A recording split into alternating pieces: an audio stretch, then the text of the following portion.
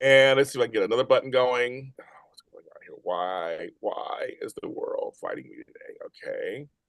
Let's see if this works. Come on, computer. Come on, computer. We wants to act up. Let's see if it says anything. I guess. All right, so I guess Frank, you can start now. Ooh, what a prompt, ladies and gentlemen, boys and girls. Grab your seats as we head back into a galaxy far, far away for another season of Andor. And of course, the Andor After Show right here on JLJ Media. Oh, look at this. Uh, Yes. yes, the three of us are back. Andor's back. We're back. We're going to spend this unusually being released season breaking down all the episodes. As always, joined by these two well-esteemed Star Wars critics. First of all, oh man, that scruffy nerf herder, John Dunphy. Yeah, I'm really letting this thing go right now. I got to say, it's been a while since we've seen each other, and you guys have gotten hotter, even hotter. Not me, but James Ladd Jr., yes. Excuse me, I'm sorry. Hollywood Insider.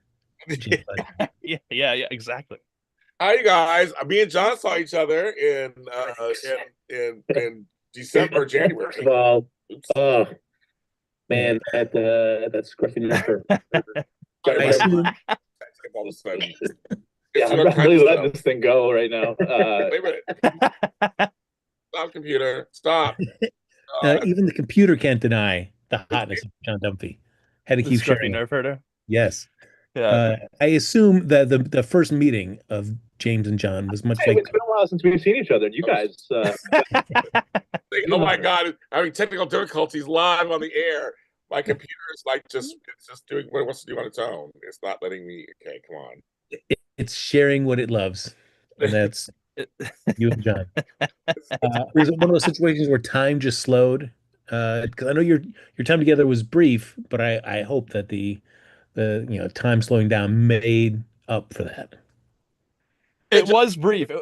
Yeah. No, I was just gonna say so because I was actually working in the building. So James had come to see a performance of Annie the musical starring Whoopi Goldberg, um, not as Annie, as Miss Hannigan, and that would be interesting. and Paid for that that. would have been interesting. Yeah. And I so that was going on in the theater, and upstairs at Madison Square Garden, I was working something else. I don't even remember, a Knicks game maybe, something like that.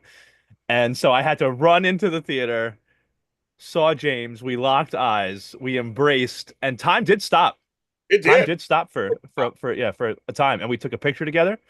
And so yes, I can now say that I have seen James Law Jr. in the flesh, and I've even gotten to touch him. Oh, So yes. Oh,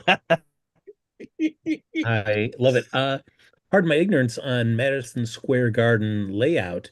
I only thought it was a like a one venue type of area, but they actually you could have a basketball game and a play or a musical happening at the same time. that's correct. We have the main arena upstairs, and then downstairs is the old Felt Forum, which is now just called the Theater at Madison Square Garden. So underneath MSG, where we have 19,000 people for a Knicks game, at the same time we could have a whole other 5,000 seat venue underneath that's sold out doing another show. So it's Wow. very busy place. And what's crazy, Frank, is and people at home, what you do is you actually do walk downstairs. So you walk downstairs. They have a separate line for you. You go all the way downstairs. They have the whole concession stands, all that. And then they have the theater. And it's pretty, like I said, it's pretty big. Right? It's pretty big. And they had for us, they It's had like 5,000 seats. Yeah. they had the orchestra on the side. I never Yeah. been a performance with orchestras on the side. It Oh wasn't wow. or underneath. It was on the side, and the stage was in the front. They're essentially like opera boxes. Yeah. And that's where the whole orchestra was off to the side. Okay. Um, and yeah, it's You don't wild. hear anything. You don't hear. We didn't hear upstairs at all. All we heard was our performance. It was a Yeah. great. It was That great sound. We didn't hear anything. what When I was younger, it was like a big tradition every holiday season that the Forum would have A Christmas Carol, the musical. Um, and so I remember going there as a kid with my family. But now they've changed it up. They always do something. So we've had like Elf the musical. They always still do like some sort of Christmas themed like theater production that would, could potentially be on Broadway. Like they get the full Broadway playbills and stuff like that. But it used to be A Christmas Carol, which I wish they would bring back. Annie was fun. They've done Elf the musical, stuff like that. Um, but yeah, it was great to see James in the theater there for Annie. So No, it was funny because literally we call each other, we text. He's like, "Where are you?" I looked up, like, I'm at this section here. And I was towards the back up on the top with my friends, and so it was just like I'm coming. I looked down the little thing. I saw him come through the doors.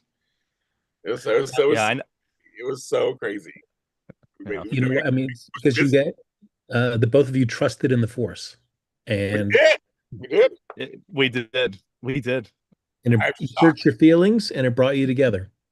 That's right. That's right. Like Mothma and Todd, they're gonna be together one day. James got to Manhattan, and I was like, I feel a disturbance in the Force. Oh, you should have.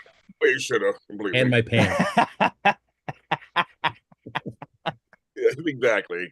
But seriously, it was very sweet that we were able to make that happen really quick. I wish I could come back home because of the fire, so I wish I could have stayed longer. But right. But I'm glad I got a big giant hug from the Mr. Bear Man over there. It was great. I mean, James Lott, Hollywood Insider, already says, you can't belong just to one person. You belong to the world. So that's right. John or any of us would want to keep you to ourselves. Have to share. Well, you guys come first. It's fine. Gentlemen, as I said, we have gathered again to talk about Andor season 2, an unusual release strategy this time. For season 1, after the first two, actually the first 3 episodes last for season 1, but then it was a weekly episode release after that. This season, because of the changes where it was originally going to be a 5-season plan that Tony Gilroy had, but then realizing that, holy cow, if we have these many gaps, it's going to be so long, and Diego Luna is going to be an old man by the time we finish the series, and we're supposed to take place before Rogue One. So let's truncate the story, put it all into season 2, and break it down into 4 sets of 3 episodes chronicling each year leading up to Rogue One. So Disney Plus has decided to release each year of the story, 3 episodes each week. So only 4 weeks of a release this time. James, as as the founder emeritus of JLJ Media, how do you appreciate this sort of release strategy from Disney? I don't like it, actually. I enjoyed the 3 episodes in a row. Like, I feel like I binged watched something, so it's fine. And because I liked them, it was good. But I don't like that. I'm like, why are we rushing through? I don't understand why we're rushing through this. I feel like I don't mind the year thing, but I'm just like, but the actual 3 per week, I got other things to do. It's like a lot of work to watch them. I don't want to rush through the season. I mean, so we're gonna get 4 weeks together. And that's it. I mean, anybody watches, that's it. 4 weeks, and that's it. It really makes you have to commit to these episodes. I mean, then watch them. I was like, I'd rather give me, or if you did 2 week, maybe I'm fine with that. But 3, that's overkill to me. John, I guess by all accounts and the general consensus from people that have watched the whole season of season 2 so far, various critics, is that they said, much like season 1, it starts off a little slow in these first 3 episodes, but then picks up as the series goes on. So for you, would you rather have had, maybe they do those first 3 episodes like they did this week as a package deal, but then go to weekly releases? Or do you appreciate them kind of grouping them by year, so each week you're getting that full year story in one viewing? Right. I'm a little torn on this. There's a part of me that feels like I would prefer to let it stretch out a little bit and like make the season last longer. And so I feel like as like but it's weird because like as a viewer, I love this show so much. Like season 1 of Andor was one of my favorite Star Wars products of all time. It really was. I thought it was so well done. So as a viewer, just someone who likes the show and wants to watch it, there's a part of me that's like, all right, I get like 4 movies a week, basically one movie each week. Because especially with these run times, right? I think the first one was like 54 minutes, the second Yeah. one was like 47 minutes, the next one was like 50 minutes. So it feels like we're getting like full length movies, like 4 of them each week now. Um, but so as a viewer, there's something that's exciting to me about that because every time we get to an episode, I'm like, I want to see what happens next. So the fact that we have 3 episodes to watch, almost like a full movie's worth each week, is exciting to me. As a podcaster, I freaking hate this. I gotta watch 3 hours of Star Wars content each week and then remember everything that happens and then talk about it on the internet in front of people. Like, so for that reason, I hate it. But as strictly as a viewer, it's kind of cool to me that we literally get like 4 Andor movies over the next 4 weeks. That's cool. Yeah, But because yeah, even during season one, after the first 3 episodes, and they were doing week releases, I mean, it was similar where they were kind of grouped into kind of clusters of story, like each like 3 episodes was kind of own little part of the story for season one. But I is knowing that still didn't affect that. I was fine with this still with the week release, and I feel like in this time when Andor is, I think by far the best, the most well received piece of Star Wars content that's come out in a very long time. Uh, I don't know why that Disney would think the smarter move is to just kind of burn through it in 4 weeks rather than let it stick around here for maybe, 9 more weeks after this week and have more of a dialogue and get more people excited about it. I agree. it's I think. yeah, yeah. No, no, no. You go ahead. You go ahead. You go ahead. I would say I think also because it's the end. I mean, there won't be a season three. Obviously, season three will be the movie. I guess, so to speak. I guess that's why. So I guess maybe that's why they're throwing it out. But I agree with you. I'm like, I mean, I don't like that. I mean, I agree with you that John says. Like, as a podcaster, it's crazy. But as a fan, I enjoyed the 3 episodes. So I mean, I get to watch them back to back to back. I mean, I could have, I guess, we do this on Thursday. I guess I could have watched one a day or however. I ended up watching them all today. So I don't know. I don't know, Frank. I don't know. Yeah, it is an interesting to me about that strategy. And as you said, there's no going to be no season three, so we don't have to worry about I get to how watch them back to back to what the back. reviews are going to be like, and like, oh, are they going to get a third season? Fingers crossed. Uh, but the one thing I will ask both of you before we dive into these episodes specifically is I know that we have felt in a lot of Star Wars content that these stories could have been told more concisely with lesser episodes, uh, and have more of a kind of and be more successful, more emotional heft, uh, bigger stakes, it just have and more impactful. Uh, Whether it's Obi-Wan or Ahsoka, when they kind of dragged out the story over multiple episodes, we felt like, ugh, what's happening? For Andor, I mean, when you get 3 episodes covering a year of story, we're really dialing into just a specific moment in time during each of those years. So, John, for you, just based on these first 3 episodes, how do you like that? Because we're getting a lot of it's very compact storytelling that we're getting through this season of Andor.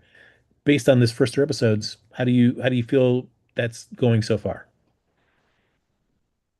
Yeah, that's interesting because so the first each group of 3 episodes is supposed to be just one point in time in a year, or is it supposed to take place over the course of a year? You know what I'm saying? Like that's one thing I'm still so like this whole thing we saw in this first 3 episodes of Andor stealing the ship, the wedding happening, all that stuff. Is that supposed are we supposed to believe that that's like being dragged out over an extended period of time like a year, or is this all happening in like 3 days and then the next 3 episodes we get are a year later?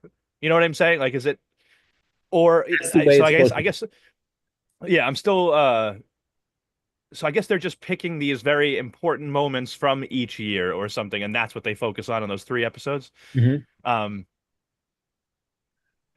yeah, I don't know. It's interesting. It's very I hadn't really thought about that honestly. I was just so like engrossed in the episodes as I watched them that I wasn't even really thinking about like the pacing, the timing of like this is happening over the course of like 3 days, and then the next time we see them next week, it's going to be a full year later. I hadn't really even put that fully flesh that out in my brain yet. I don't know if I like it or not. Yeah, James, I know that Tony Gilroy said that he wasn't sure how even Lucas and Disney would receive that idea in terms of like jumping every 3 episodes into another year, and that he said he was going to write the intro, the beginnings of each of those episodes to be able to show like this is how we would show that we're doing a jump and we're not leaving anybody behind, and that they'll be able viewers will be able to easily pick up that a year has passed and events have happened and now we're in wherever we are now in the story. How successful are you feeling this more yearly compacted storytelling is working for you? Well, for these first three, it worked. And for the first episode, it worked. I mean, it's titled 1 year later. I mean, number one, it's titled 1 year later, so you know it's 1 year later going in. But I think it picks up. It picked well, to me. It picked up. I don't go into detail on this, but it picked up. I mean, actually, like, okay, now he's the resistance. Got it. Like it's like there's nothing. I mean, there's nothing to. It was easy to get, but apparently he can't fly that ship. We find out later because it was on the wrong ship. But I'm saying, but it was like, no, it was easy to pick up. It was like, oh, okay. So now I was curious where everybody was. Well, we saw where everybody was basically. We got a little bit of this, a little bit of that. I mean, like you said, like John said, we got like 55 minutes that first episode. That was great. Don't 32 minutes episode, lots of fluff. Right. I feel like they really did let us know in that first episode where everybody was at that moment. So to me, it's successful, Frank. I mean, what do you think? Holly, what do you think? To me, I feel of these first 3 episodes, a 2 out of 3 were good. I felt like the Cassian storyline was probably the weakest one for me, although there are kernels to the idea that I thought were interesting. So I feel like that's the challenge is like hopefully that whatever point in time you're picking, you're creating all 3 storylines are you're choosing the those moments that are most impactful to see. And I feel like this time, like these 3, the Cassian one, I was like, I don't know about this one. Yeah. I totally disagree All completely. right. Ooh. Wow. Well, I mean, I what, John? No, I was just gonna say also because like I feel like I was able like James was saying I very easily was able to just dive right into the second season even knowing it's a year later and things have happened probably. It's like it was very easy for these 3 episodes at least. And I just feel like all right, so if the next time we see these characters it's going to be a year later, like I just hope that the transition from what we just saw to a year later feels natural because I feel like there are things that happened in these 3 episodes that I would love to see like the immediate follow up of. Like a very important character died. I know we're going to get into more, detail of this, but a really important character died. We just saw Mon Mothma's daughter get married. I'm like, and I kind of want to see like what happened immediately after that. So are they going to explain some of that stuff, or do we just now have to pick up a year later and be like, all right, we've moved on. That person that died, we don't have to flesh that out anymore. We don't have to worry about anything that happened right after this wedding or, things that are going on with this guy Tay. Like I want like a fully formed explanation for some of these things, not just like, all right, we're jumping a year into the future now, so none of that stuff that from those other 3 episodes matters anymore, or something. That's Like that's gonna be the test. The next, yeah, because Well, I think of 2 shows that did time jumps well, there's 3 shows I watched. Um, I know Desperate Housewives did it. Um, they jumped 5 years ahead, and it worked. Actually, kind of worked. Days of Our Lives did it. They jumped a year ahead, which never been done on daytime. And what they did is you were confused at first, but then that next year they filled everything in. So we saw flashbacks and they just kind of like let us up to speed to where they're like, who's with who now? And it was a little weird transition, but ultimately I feel like it worked. And then Once Upon a Time, I think did it also. They did one season where they jumped ahead like a year, and it was a little clunky, but it was like okay. But I feel like this one for the first 3, yes, the test will be episodes 4 or 5. Well, episode 4 that'll be a test. I think for yeah. Frank's question. yeah. I think of House of the Dragon too with time jumps in that first season. Did you guys watch House of the Dragon, the Game of Thrones spinoff? They had time jumps in that where it was like you'd have 2 episodes where the characters are one age and you get to know them, and then the next episode they're all 10 years older, but they made it work. They also still made it work. Like it didn't take me out of the story. I still knew who everybody was, but they did these big time jumps that were years, not just a year but years like separated. So I hope they can do the same thing here, and I think they probably could do that very easily with like flashbacks and stuff like that if they had to. Yeah, they can explain stuff, I guess. But you're right. I think what Frank's asking, I think it's the test will be now from 3 to 4. Yep. That works, Yep. and then from 6 to 7. Like I said, it's going to really depend on those. Those are the transitional episodes. So that's Uh, well, I mean, we this season is kind of at least starting off in the first episode, kind of gives us three storylines that we're going to be following at least throughout the year, which through the season, which seems to be one Cassian's adventures in the rebellion, and then we've also got Mon Mothma and Luthen and everything that's happening more on the political side of it, and then we've got what's happening with the Empire and what's happening on the Gorman massacre is it seems to be that's leading up to, and I guess we're going to be diving in, following these three storylines and how they kind of intersect and break off from each other throughout the course of these 4 weeks. So, one thing I will say that I that was great to see again is just the aesthetic of the Empire. Just love it. We start off episode one where we see, this Imperial base, and there we go. We got Cassian undercover, ready to smuggle out this TIE fighter. But just seeing the deckhand going in. We see the bay, just like the whites and sterile whites of it all, picking up the pad from the droid, going on to the ship, checking out all the schematics and diagnostics. Just boy, this show just excels at just the aesthetics of the Empire and the opulence of what is looking to be the beginnings of the rebellion. John, what was it like stepping back into the world of Andor after like 3 years off? Uh, yeah, it was. I know it really is crazy how like the amount of time that has passed now between this first season and the second one. God. I know, right? But the intensity was there right away. We got introduced to the second season of the show with someone I had never even seen before, and like I already still felt that intensity. And their whole conversation then with I think Nia was the name of the character who then went in and started to talk to Cassian. The exact moment where it really hit me though was after they finished their conversation and Cassian started walking out to the TIE fighter and that music just built that like familiar Andor theme, and I was like, we are back. It's like, oh my God. Yeah, they nailed it, honestly. These first few minutes of the show, very first few minutes of this first episode of season 2, I was like, all right, I am all in immediately. This season's gonna be amazing. Well, James, I will ask you because I feel like what this show does really well is it makes these stakes very personal for people in the sense where we've got this great conversation between Nia and Cassian where she likes it where she's at in the rebellion, the people that she works with. Maybe not the rebellion maybe not the Empire as a big, huge idea. She can have issues with that, but in the immediate vicinity of her life, it's a good place. And so, uh, interesting. And how do you feel about just the way that this show will dive into the specifics of you can love your immediate surroundings, but also know that there's something much more awful in a larger scope that, you need to take a stand against. That's a great question, Frank, and I'm not going to answer it. All right. No, Well, hey, everybody, we'll see you great next week. question. Fuck all that. That's too much. It's just a show. No, no, seriously.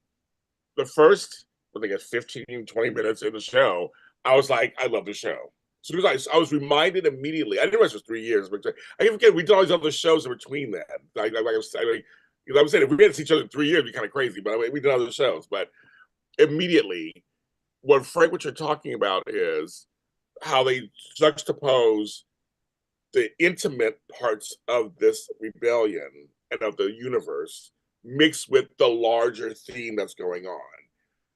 This show does a great job, like we said before, showing almost the minutia of like whether it's the people fighting with each other and having ego issues. Like we're seeing all this stuff mixed with it's a real thing. The Empire is real. There's some stuff going on there that they're really fighting against, and there's a lot of and the girl when she's talking to him, and at first she's like, I'm not talking to look at you. So I looked at you. So obviously there's a whole thing about you should look at him, I guess.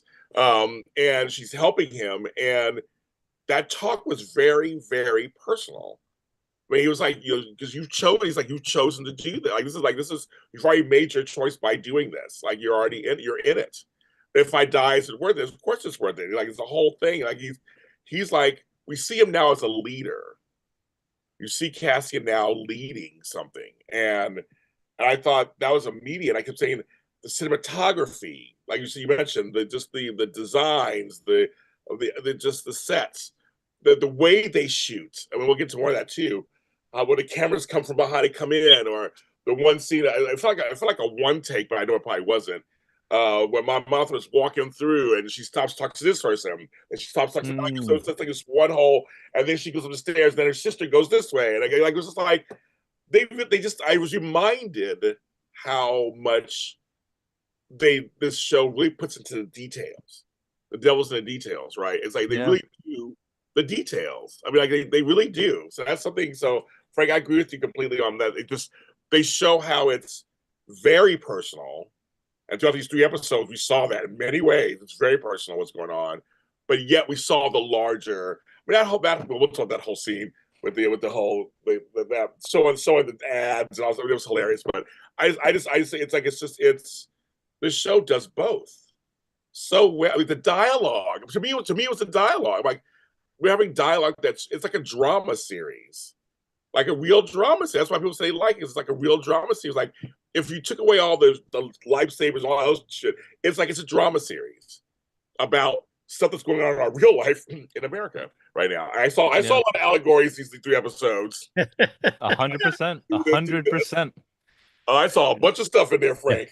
Well, no, it's this show is so good. I was literally thinking to myself, sitting on the couch watching the first couple episodes, being like, just give Tony Gilroy the keys. Just let him, until he says I don't want to do this anymore. Just let him make every Star Wars project. I agree. Yeah, because there's even that. I mean, we have Neela talking to Cassian and talking about making the turn and being going with the rebellion. But then we also take a moment too where she walks to the entryway of the room and she has a little laugh with her coworker, her supervisor. Where it's like, yes, for this, it's like for her in this little immediate vicinity, life in the Empire is not bad. She's getting to work with friends and having laughs. But overall, there's terrible stuff that's happening in the galaxy that the Empire is doing, and people need to stand up and try to make a difference. Oh, he thinks you're cute. Yeah. It's like those little bits of like, yeah, that is real life. That is. Yeah.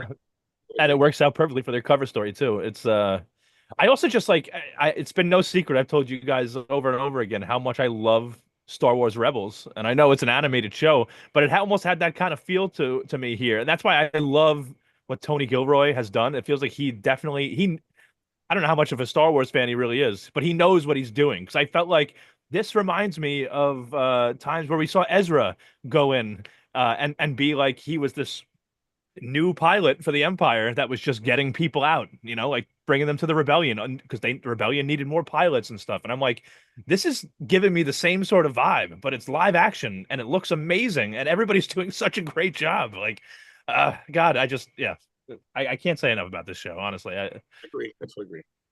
Yeah, I mean that's what for anybody that ever is like, oh, I can't get into Star Wars or I can't get into blank.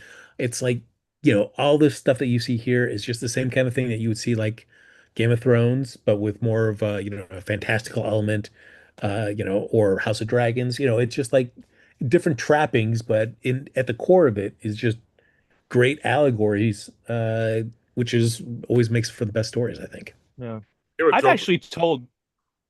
I've told I've told friends of mine that are not big Star Wars fans. I was like, start with Andor, and especially now that we're going to get a full, series here because it's only 2 seasons.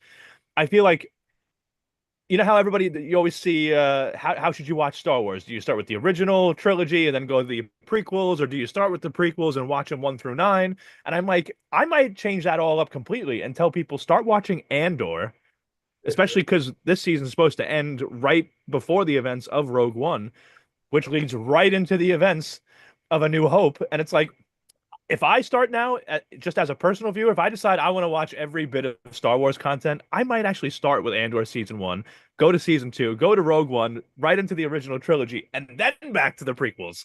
You know what I mean? Like I feel like this show is kind of changing the way that I would even watch the full saga. So Interesting. Would you ever think about telling somebody to watch Rogue One first and then go to watch Andor? So is it more tragic um knowing?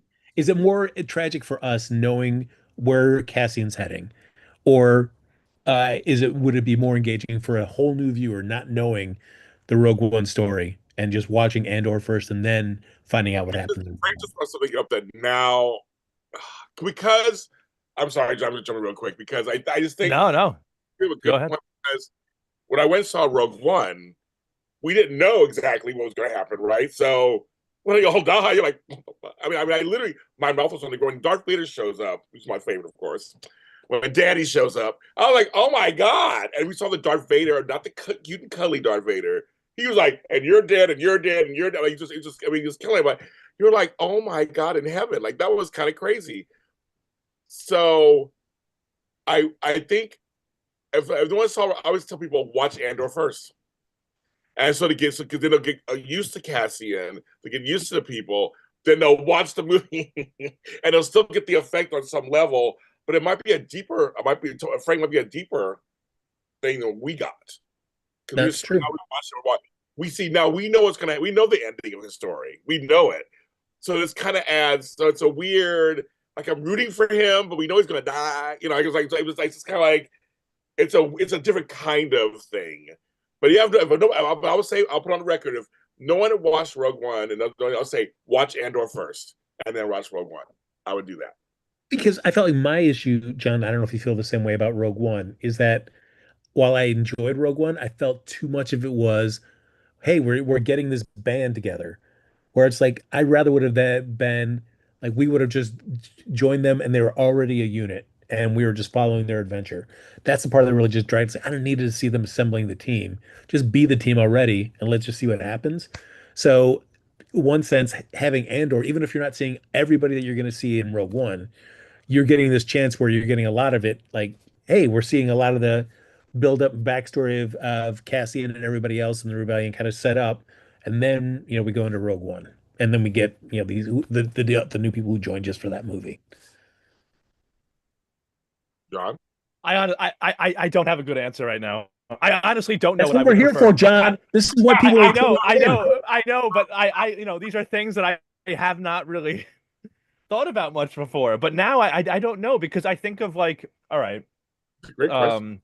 Great question.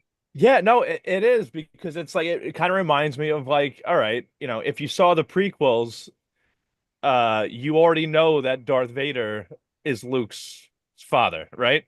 But if All you right. watch the original trilogy first, it's this big reveal, and then you go back to the prequels, and it's this cool thing of knowing, like, oh, Luke's gonna find out. So it's like, what do I want to find out first? Do I want to find out how Andor's story ends, and then go back to the beginning and see how he got there, or do I want to follow it through where he's finding himself as a rebel in the middle of this big movement, and then get surprised at the end when he like basically sacrifices himself and the whole Rogue One team does the same thing. I don't know as a first time viewer because we already kind of know everything that happens. I don't even know what I would prefer to see first or like how I would prefer to view it.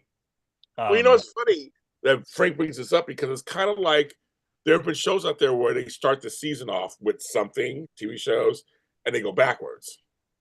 Right. So you're like, oh, so like there's a death. I remember Empire one season. They kept showing a death. We don't know who it was yet, who's going to die, but like they're going in. So the whole season we're kind of watching and see which one's going to die. Like when is it going to happen? Who is it going to be? That brings the excitement. It brings a level of something because you're watching it for that. So it's funny you said it's kind of you're right. It's like the cart before the horse before the cart, or whatever. Like they both kind of work. Right. Like, Right. right. Yeah, I mean, people who like White Lotus, I mean, that's kind of the structure of that. You see, somebody dies at the beginning of each season, and then you go through the season and figure out eventually who that person is. Right. Uh, Because you know, it's funny because it's.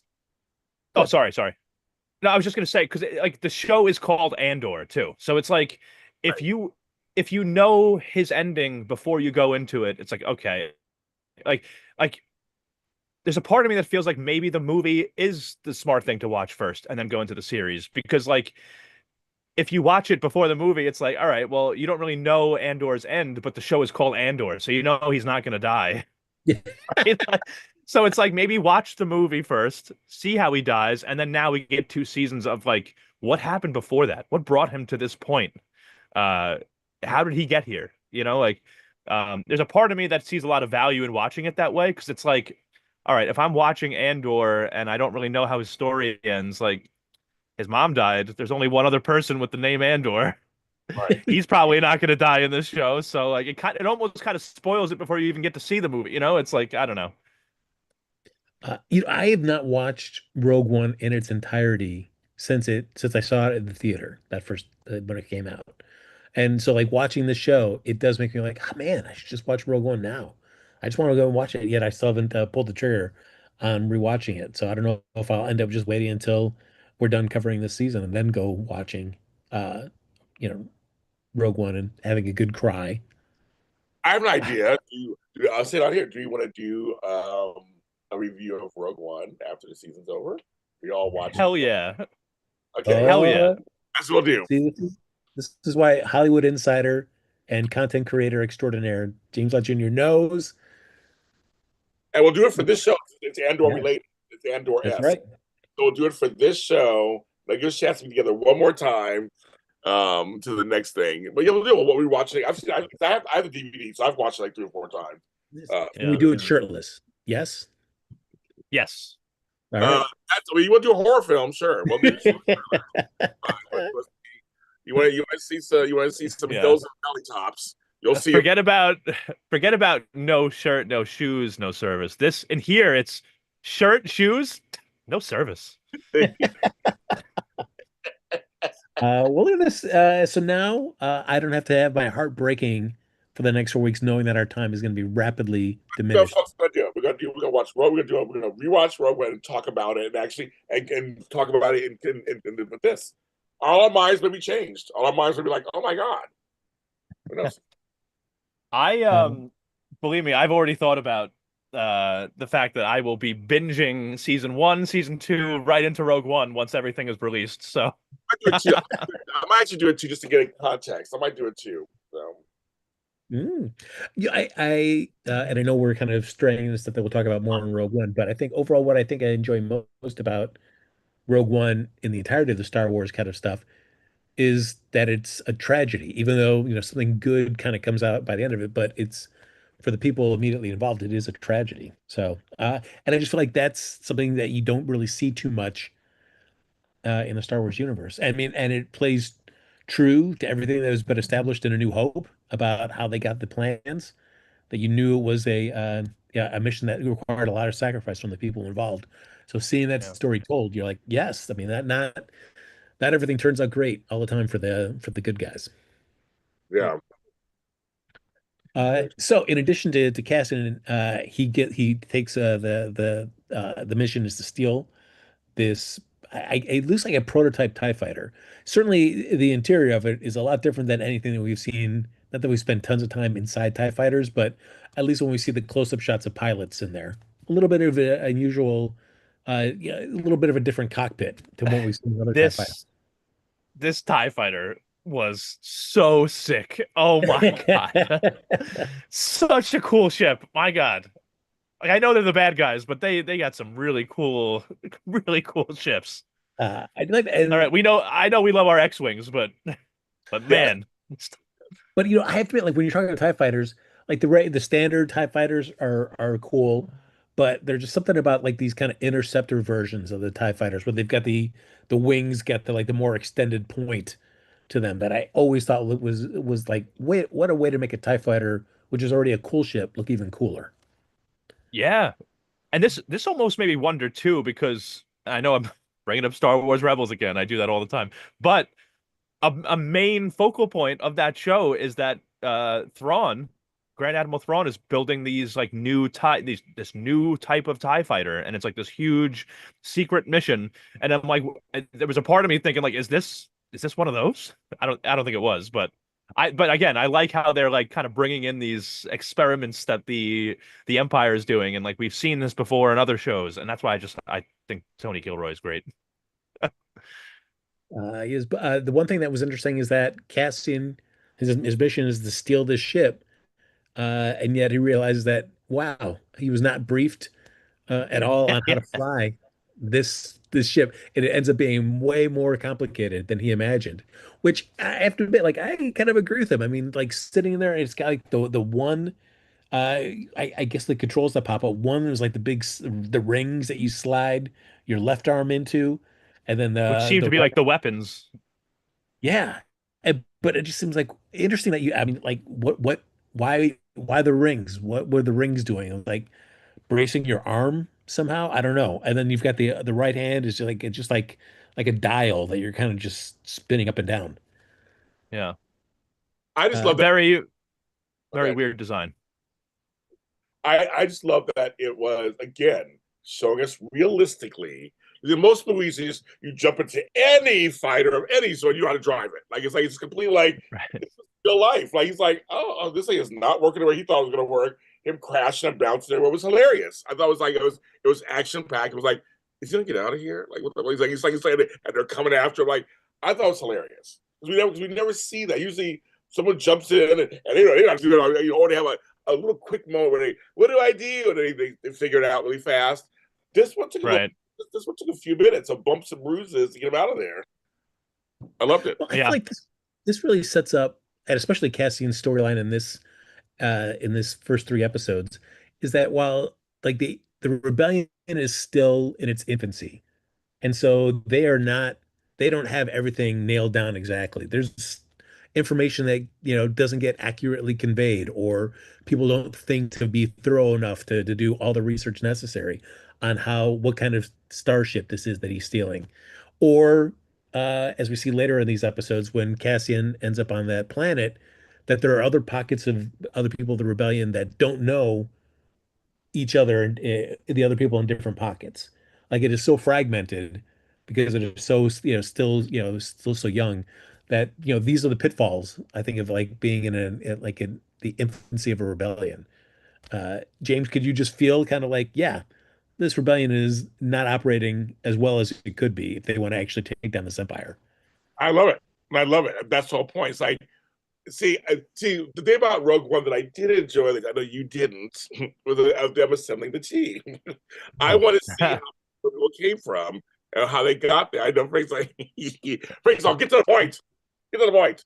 But no, but so here, I love that these people, everybody's fighting each other, trying to figure things out. Like there's chaos, right? There's a little bit of chaos in the beginnings of something like this. It's not gonna just be smooth out the gate. That's not realistic. That's what we usually see in film and story. That's why Andor is great, because it shows you everything does not run as smoothly as you think. John, I will say that Andor doesn't do a lot of space fighting, starships fighting, flying through space, doing that. I feel like they save these moments and they use them when they're best, they could best have an impact on whatever part of the story they're telling. Uh, so I thought like this whole thing of Cassian trying to escape out of the hangar, shooting all the stormtroopers that are invading, crashing out of the closed door hangar doors, almost falling off the cliffside, and then stopping these two TIE fighters that are chasing him. All just like great action sequences. That I think like Tony Gilroy's restraint and how often he does these bigger action moments only makes the show better. I don't know how you feel about that. I agree. I agree because they, like you said, Tony Gilroy knows when to fit them in, so that you get this huge climax where you're like, wow, this is really exciting. This is some great action, and I love this. And this is Star Wars, but at the same time, like I'm watching this show because I'm trying to find out not just these space battles and lightsaber battles and stuff like that. I want to see like what are the inner workings of the rebellion, which comes down to conversations and groups having to find a way to trust each other, even if they can't really trust each other. And it's like I want to see, right? I think I've said this to you guys before. Like one of my favorite lines um in Rogue One is when Cassian says, "We've all done terrible things for the rebellion."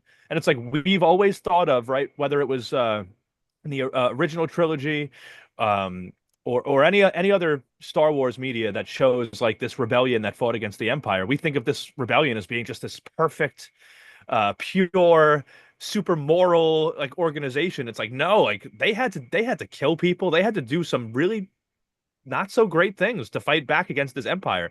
And I want to see those stories. I don't need to see X-wings and TIE fighters shooting each other out of the sky every episode. I want to see like, okay, this huge rebellion that Mon Mothma started and that Luke and Leia joined to take down the Empire. How did this all start? It didn't start with space battles. It started with this these little like the politics of it, spy missions, like little things like that, more personal. Like we said when the season picked up, right? Like these personal moments, the conversation between Andor and Nia, even just that, right? Where Andor gets to steal this TIE fighter and get away. That was a crucial moment in the rebellion, and it was just a conversation in a room in this Imperial base. It wasn't fighters shooting each other out of the sky or anybody wielding a weapon. It was just somebody that works for the Empire that wants a way out, somebody in the rebellion having a conversation, and then this could now, Andor said to her on the way out, like, I'll see you along the way. And then he goes and flies off. It's like, all right, I want to see now where does Nia fit in episode 4, 5, 6, 7, 8, 9, whatever, like, and I want to see those conversations. I want to see that the inner workings of things, the politicking, the spying, all that. So I'm all for it. Yeah, that's one thing I did like about Nia saying like, "Hey, I need a 12-minute head start. You gotta give me 12 to get out of here." So I will be curious to see if we see her, Yeah, along and the we way. and we might never see her again, but she Right. still played a part in the rebellion. Yep. Just in a few minutes in a conversation, she brought up that whole thing. Oh, you were a new pilot, you were excited, we were flirting, and then of course somebody comes down and goes, "Oh, he's cute." And it's like, all right, this is perfect. It's like Yeah. it's like if that didn't happen, the rebellion might have failed. That right, and I want to see more of that. Yeah. So I mean, I'm sure, John, you've been in the subject of many of those conversations, though. Oh, he's I'll cute. say, tough sometimes. So I'll yes. be I'll be right back. Sorry.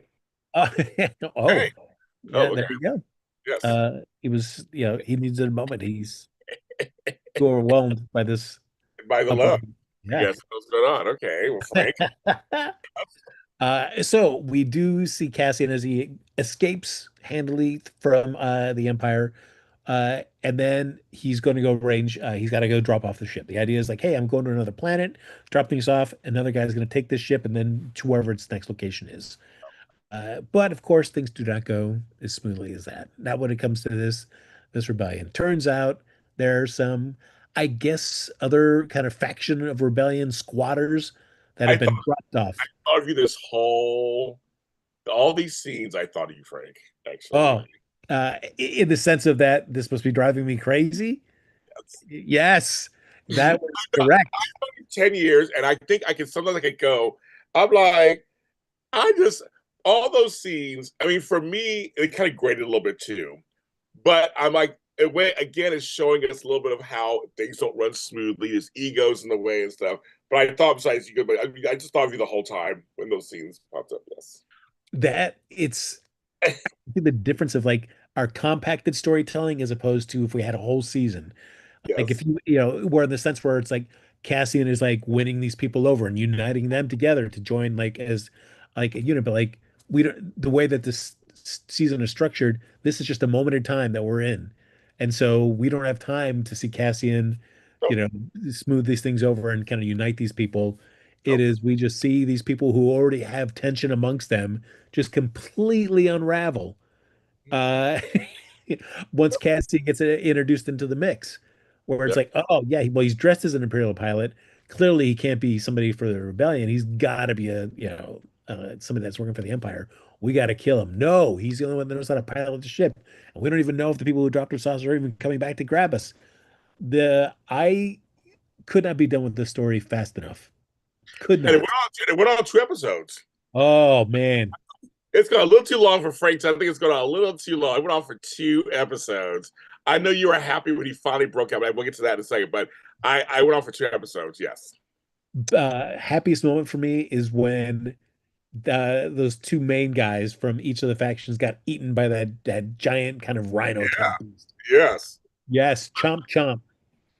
But I did jump though when he actually shot the girl. I was like, oh my god! I jumped like, oh my god. Yes, because you've seen that type of scene so many times where people just threaten each other and nothing ever happens, or somebody talks them down.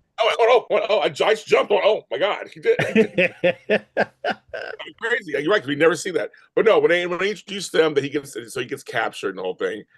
I was like, okay, but I think to me it's just showing us that there are other factions of the rebellion, and they're not running as smoothly as nobody trusts each other. Everybody's just like, I mean, they couldn't even get it together. They could not get it together. It was a mess.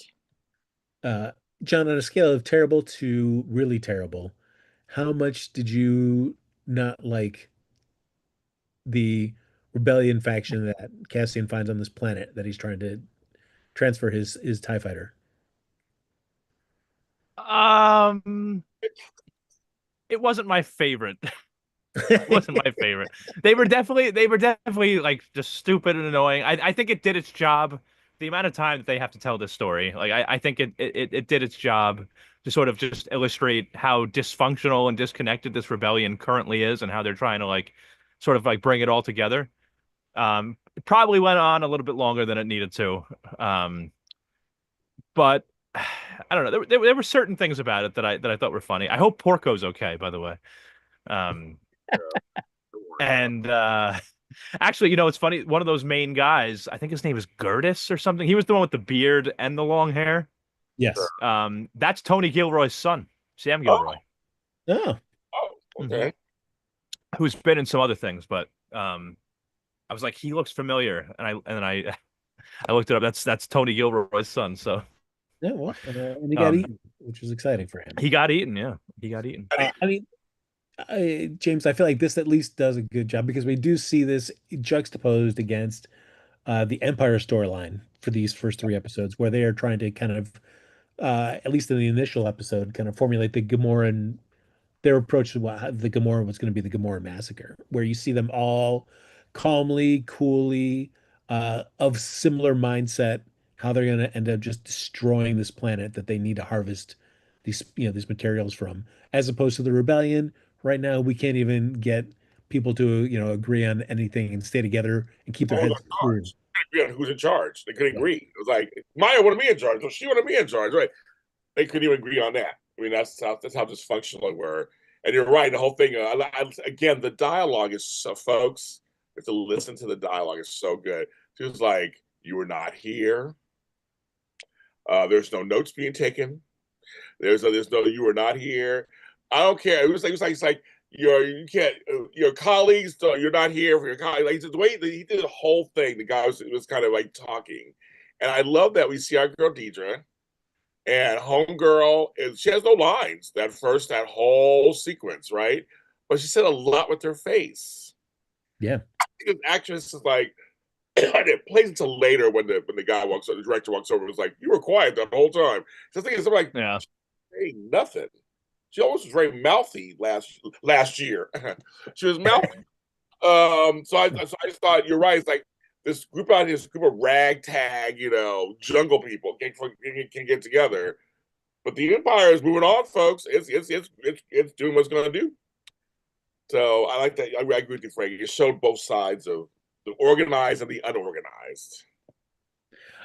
Yeah, and I mean, of course, when we're talking about that, if we're talking about the Empire, we get Ben Mendelsohn back, baby. Yes. He's in his cape. Guys, what I just love, just a guy that just rocks a cape on the regular. I love a cape. I have some capes in my closet. I love a cape. Whoa, James, you can't say something like that and tell me that you don't wear them. Like if you have capes in your closet, you should be wearing them all the time. Yeah. That would make me weird. I'm not a weird person, so no. But I have them for special occasions if I ever need them. All right. Oh, okay. I am just curious. To you, James Lott Jr., what is an example of a special occasion that it would be worthy of you putting a cape on for? So I was going to go. So I went on. Almost an Ask the World Turns. That show's over. Let's make a deal. And my costume was going to be a super nurse. So I had my scrubs, my stethoscope, and I was going to have a cape. That was one occasion. I was Okay. going to I'm super nurse, and I had my big, long, flowy cape, and I was going to come in with it. That was one occasion. All right. For one, I thought you were gonna have just a walk-on role for a soap opera, and I would have loved if you would have said like, "No, I insist that I have to wear a cape for this." Would have been great, no matter. Amazing. To be Uh, on the beautiful, I got to wear my cape, folks. I got my cape on camera. is there a social situation, James, that you could foresee yourself wearing a cape for? Unless if it's a theme party. if I ever get on Big Brother and I have to come out to LA to be on the show, can I stop by your house before the Cape. season starts and get one of your capes so I can just wear a JLJ cape on Big Oh, Brother? Yeah, you can totally. You totally can. Yes, you totally can. All right, I'm down. I'm down. Even though I think it's the production is more near Frank than me, but that's fine. You can come. You can come. I forgot oh, what It's fine. yes, Studio City. the studio is. I say it's Hmm. always by Frank. We can still come to my house, take the 405 up north, and get there. Get to the house. Yeah, I'll come by your house. I'll grab my cape and then I'll fly to the Big Brother studio. Might invite a brother studio. James, I'm gonna keep working on you. I really want you to be more comfortable wearing your cape. Hey, folks, maybe next episode I will wear it. Oh, Please. yes, Maybe I'll wear it. I yes. have two capes actually, so I have two capes. So maybe I'll wear it next. If folks, we make next episode, I'll wear a cape live on air. All right. I love Uh, it. so we do have our good pal Orson Krennic is back, uh, and he is there to. He's collected these people from the Empire, these people in the room. If you're not in the room, you're not in the know. Right. And yeah, there's no blabbing, guys, if you want to, stay alive. Nope. Uh, and so for them, it's all about trying to figure out this planet Gorman that are known for making like these great, incredible textiles that are galaxy renowned. And they use these spiders that just come out every day. They play a great little propaganda film. I wouldn't say like a propaganda film, but just a film about, hey, this is a slice of life. This is why Gorman is so great. A great advertising video for Right. tourism, for investors about how great Gorman is and the great textiles that they make. Uh, but that's not what Orson wants. Like, who cares about this textiles? There's a rare mineral on this planet, and we want it. But if we want to get it, it's probably going to destroy the planet to get everything we would want out of it. So we got to make sure the galaxy's cool with us destroying this planet. And if we can't relocate these people, that they're going to be cool with us, possibly killing them while we get all this. So, John, how do you feel about watching just a room of people kind of calmly, coolly, just talk about how they could turn the public opinion of the entire galaxy against this planet? It was very unsettling. Um, watching these Ministry of Enlightenment guys, it feels very, very Nazi-esque. I'm not gonna lie. But so I just and then like hearing these Imperial officers just casually, there was one guy being like, why not just fake a plague or stage a natural disaster? That would make them leave. And it's like, oh my God, this room is just full of the worst Yeah, yeah. people in the galaxy right now. I did and this is part of the reason why I think I like the idea of watching Rogue One first and then going back to Andor to watch this, because it's like we saw in Rogue One how they were strip mining the Kyber crystal Oh, to on Jeddah. And it's like, so now, okay, we saw them do that in the movie, and it's like, all right, that wasn't the first time that they just went in and just carelessly destroyed a planet. Like they've been doing this systematically. First, now we find out for this calcite mineral that they want, Before, in Rogue One, it was Kyber. So they've just been going around the galaxy, just destroying planets at will, to get these minerals and resources that they want. And I just so like watching it there, I was like, wow, okay. So it wasn't just Jeddah that they like strip mined and then destroyed.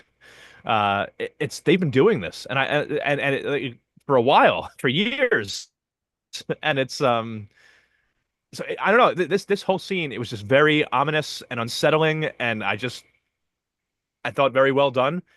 Um, and I was bought into it. I mean, like I said, I'm just sitting there, and the whole thing with Deidre too, like not having any lines in this scene, at least at the start.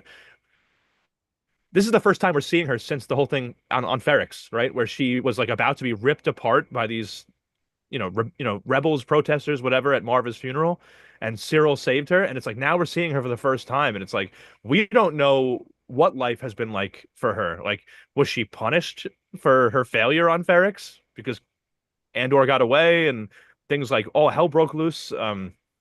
So like it was just interesting to see her sort of like not the same confident person that we saw at the end of season one. It's like she has been through some kind of a trauma here, and now she's at this top secret meeting, and like we're just being reintroduced to Deidre, and it's like what has happened to her between Ferrix and now? Like it's just she seems different. So I don't know. This whole scene I thought was very well done. I liked it. I thought they did a great job in this scene of kind of like setting the stakes for like what's happening now, like what the Empire's up to. Yeah, it's James, I'm going to ask you because Krennic just casually drops in there. It's like, I was hanging out with the Emperor, and we were chatting about this stuff. Uh, for you, James, I mean, we saw Palpatine, as a senator, in the prequel films, and then we know him as the Emperor. But like, how do you imagine he is just like in just like a general day-to-day little chat with somebody? Do you think is he all business? Does he crack a joke now and then?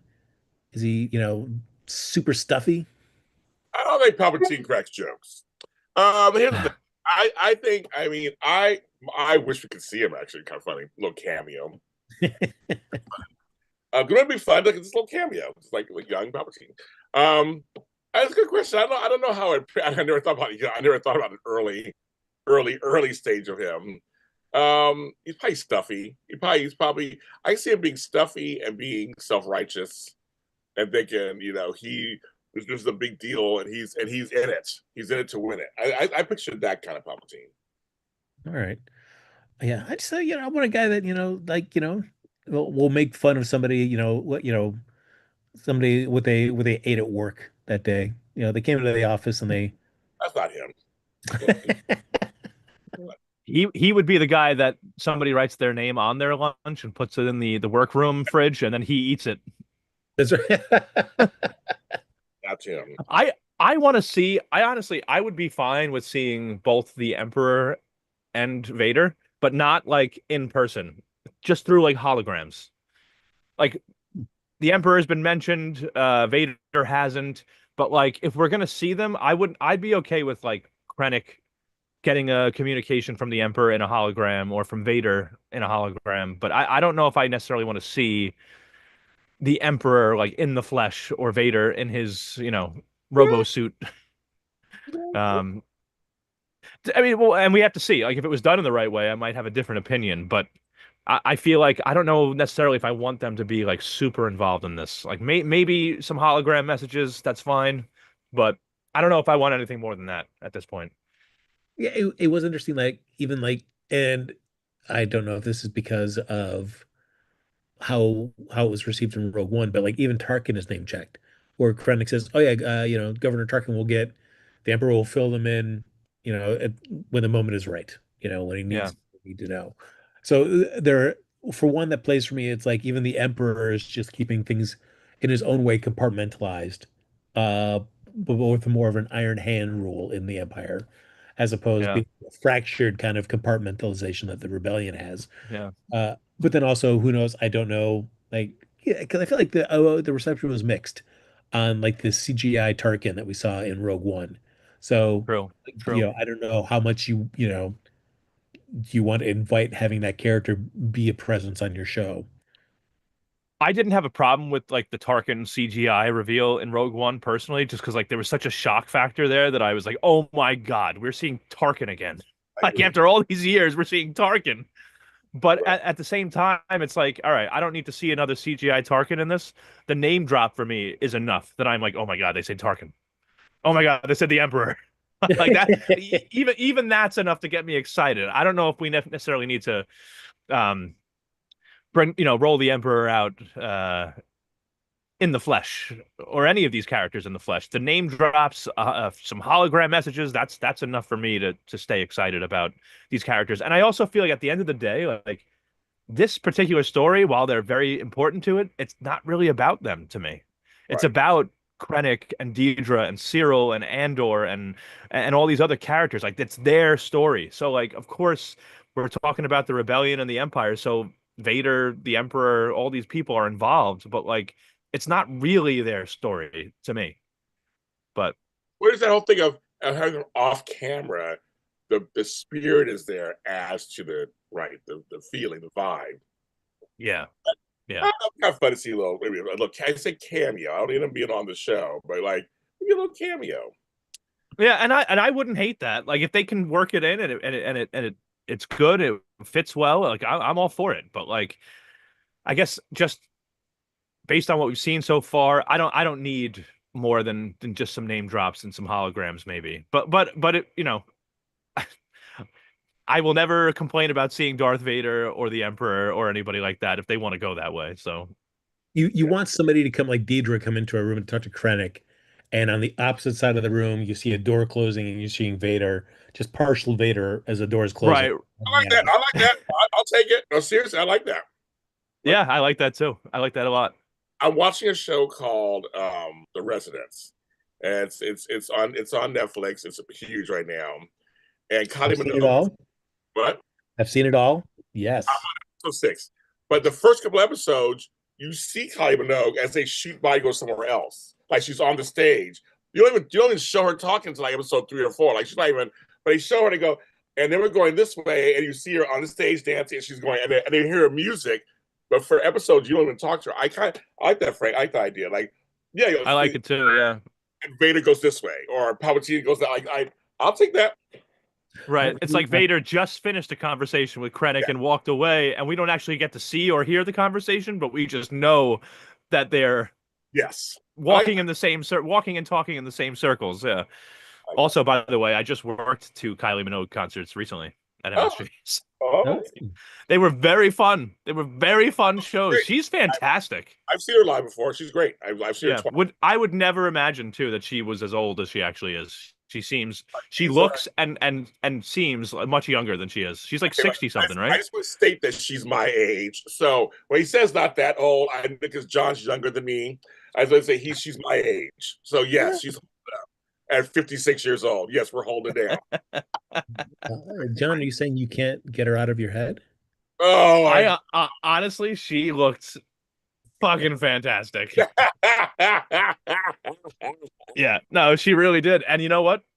I got to see her up close too, not just on stage where you see the lighting and the makeup there. I got to see her backstage.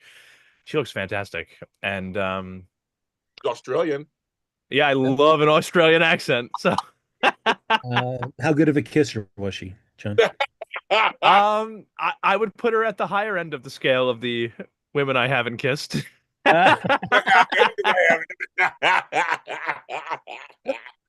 good. I like that. That's good. Uh, But yes, I like that idea, Frank. That's a good idea. Yes, I like your idea also, Frank. I'm sorry. Yeah, but your I'm gonna- idea, the hints of Vader. I'll take a hint. I'll take a hint of Vader on the side, a side of I'm Vader, gonna text Side of Vader. side of Vader, please. Give me a side of Vader. see if Tony Gilroy can do a quick addition to Add in, right? Add in. Wait a minute. Hey, hey, Tony, I was just talking about this idea on my podcast. You got to put it in there. It's a win-win. It's a win-win. So we see Krennic. We do find out that he personally asked for Deidre to be at this meeting after everything that happened at Phoenix. He's like, yes, you got back up, and I want to hear what you think. And she's already kind of dismissing the whole whispers and trying to turn public opinion against him. It's like, you need somebody, you need to start a rebellion on Gorman, and you also need the right person to do the wrong thing exactly when you need them to do it. And we all know who that's going to be, and that's going to be her boy toy, Cyril. Uh, Oh, John, how much are you shipping Deidre and Cyril? Are they the greatest Star Wars couple since Han and Leia? I kept forgetting they're the bad guys, right? I'm like totally into them. I totally want them to succeed, like to work as a couple. But they're bad guys, right?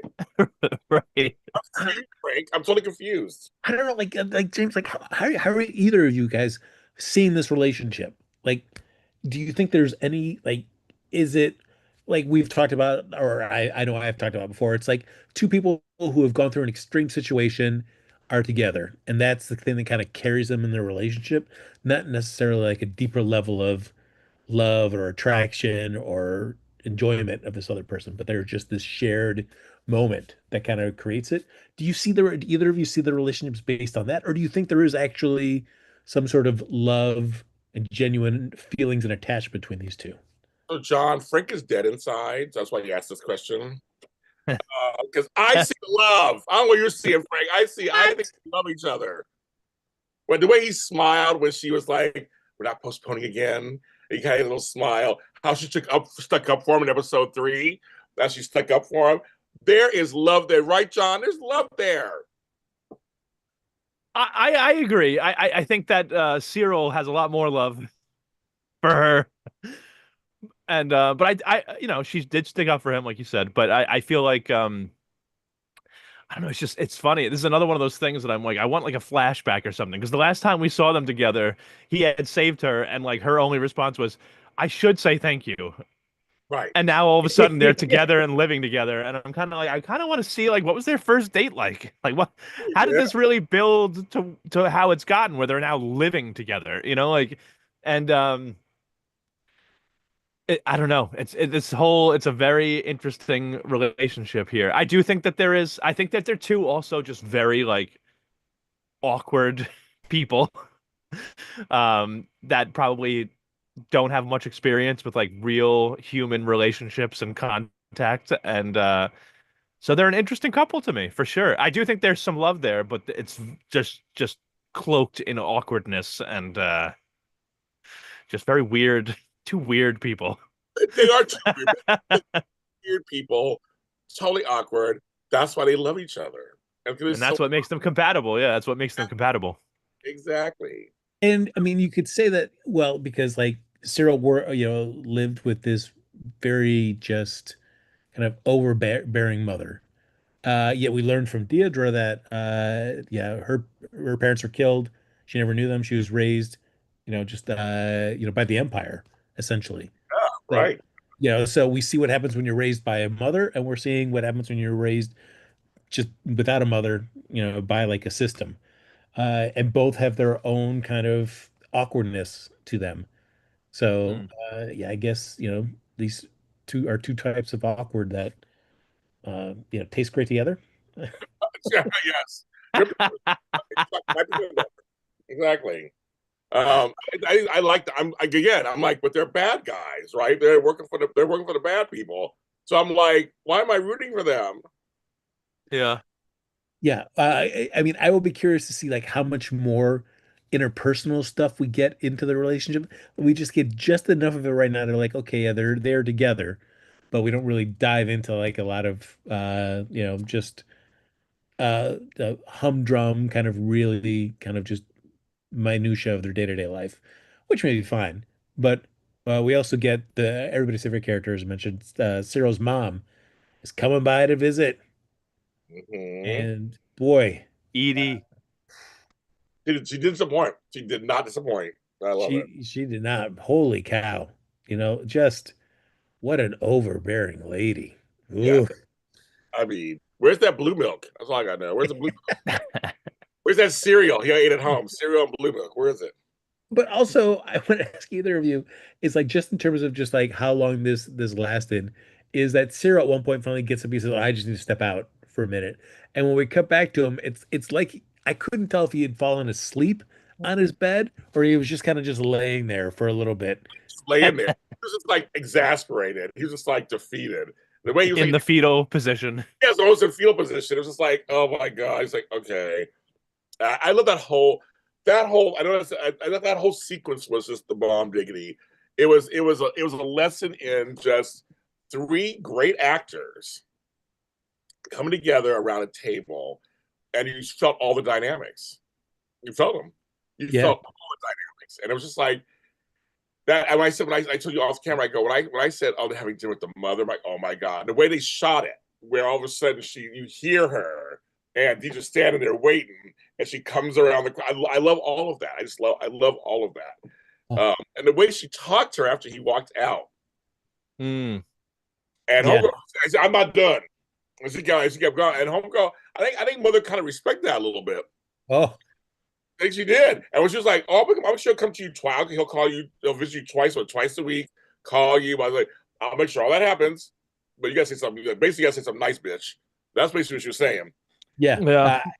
I did like the that she just shuts all that kind of Yep, snarkiness and yep. passive aggressive behavior with her. Just like, nope, I will foster, enough engagement with you that everybody is fine, but this stops this Mm-hmm. kind of nonsense. Yeah. I also think it's funny because it's like Cyril hates his mom, but is also like a mama's boy. And I feel like Deidre is like the closest thing to his mom that he could have found in a partner. Yes. And it's like, so, right? So it's like, it's just funny that like he hates his mom, who is this overbearing, super strict person. And he ends up with Deidre, who's the exact same thing. Like, um, there was also a part of me that, like watching this scene, and I know it's not going to happen. It's not that this will never happen. But I also thought it would be so funny because Edie, Cyril's mom, is such like she's just awful. I'm like, could you imagine if she was somehow secretly like a part of the rebellion? Like, how funny would that be? Like, if we find out that like right like halfway through the season, like she's calling Luthen on the phone. Like, Well, what would be would be funny if she was hysterical. a different person. Like she calls Luther and changes her voice tone. Like she's like this really smart. Like that would be interesting. They did that. Not Right? gonna that would It's be not going to happen. But there was a moment where I thought about that, and I was like, that would be hysterical if she I was raised there. this son. I was there for dinner. I was there. Like that. Yeah. Yeah, yeah. Uh, Our third storyline that we have is Mon Mothma and the whole politics of this. Uh, and I guess the blessings of it have being a 3 year gap in between seasons is that this arranged marriage of her daughter to this other family's son doesn't come off as creepy as it should be. At least it's like, all right, they look older, so it doesn't seem Right. as as creepy as it should be. If this yeah, series come out like a year later. right, right. Uh, Love the and- story. yeah, Right. and for me, James, I know you're a big fan of arranged marriages. Uh, Mm, you know, yes. uh, Famously. for, Famously. yeah, for those of you that love JLJ Media, he does have a whole podcast dedicated to his affection and appreciation of arranged marriages. Yes. Yes. So Polygamous too. Polygamous arranged marriages. Yes. Polly want a cracker. Yeah. uh because certainly the one thing that we saw in the first season is that Mon's relationship with her daughter is awkward and it is not yeah there's lots of tension between the two of them just in their viewpoints and all that where I mean I feel like Mon is somebody that's trying to be a critical piece of a start of a rebellion has ways of seeing the world that her daughter I guess is more like her father just very old school, very conservative, very traditional at this point, and we just see kind of the frustration and I guess like the heartache for Mon as she's raising a daughter that is just has really nothing of her at this moment within her. Uh, I was wondering because we do see a bit where she consoles her daughter after she's crying when her husband to be's just doesn't want to hold her hand. That I felt like, oh man, are they trying to kind of make some kind of like, are they going to, be able to connect somehow?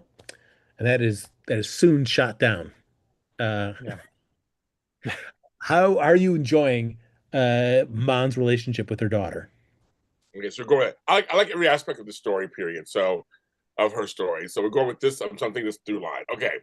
So I can't mention her daughter without mentioning her husband. So Perrin. So it's a very interesting family. We see that Perrin and Mon Mothma, there's no illusions in their marriage.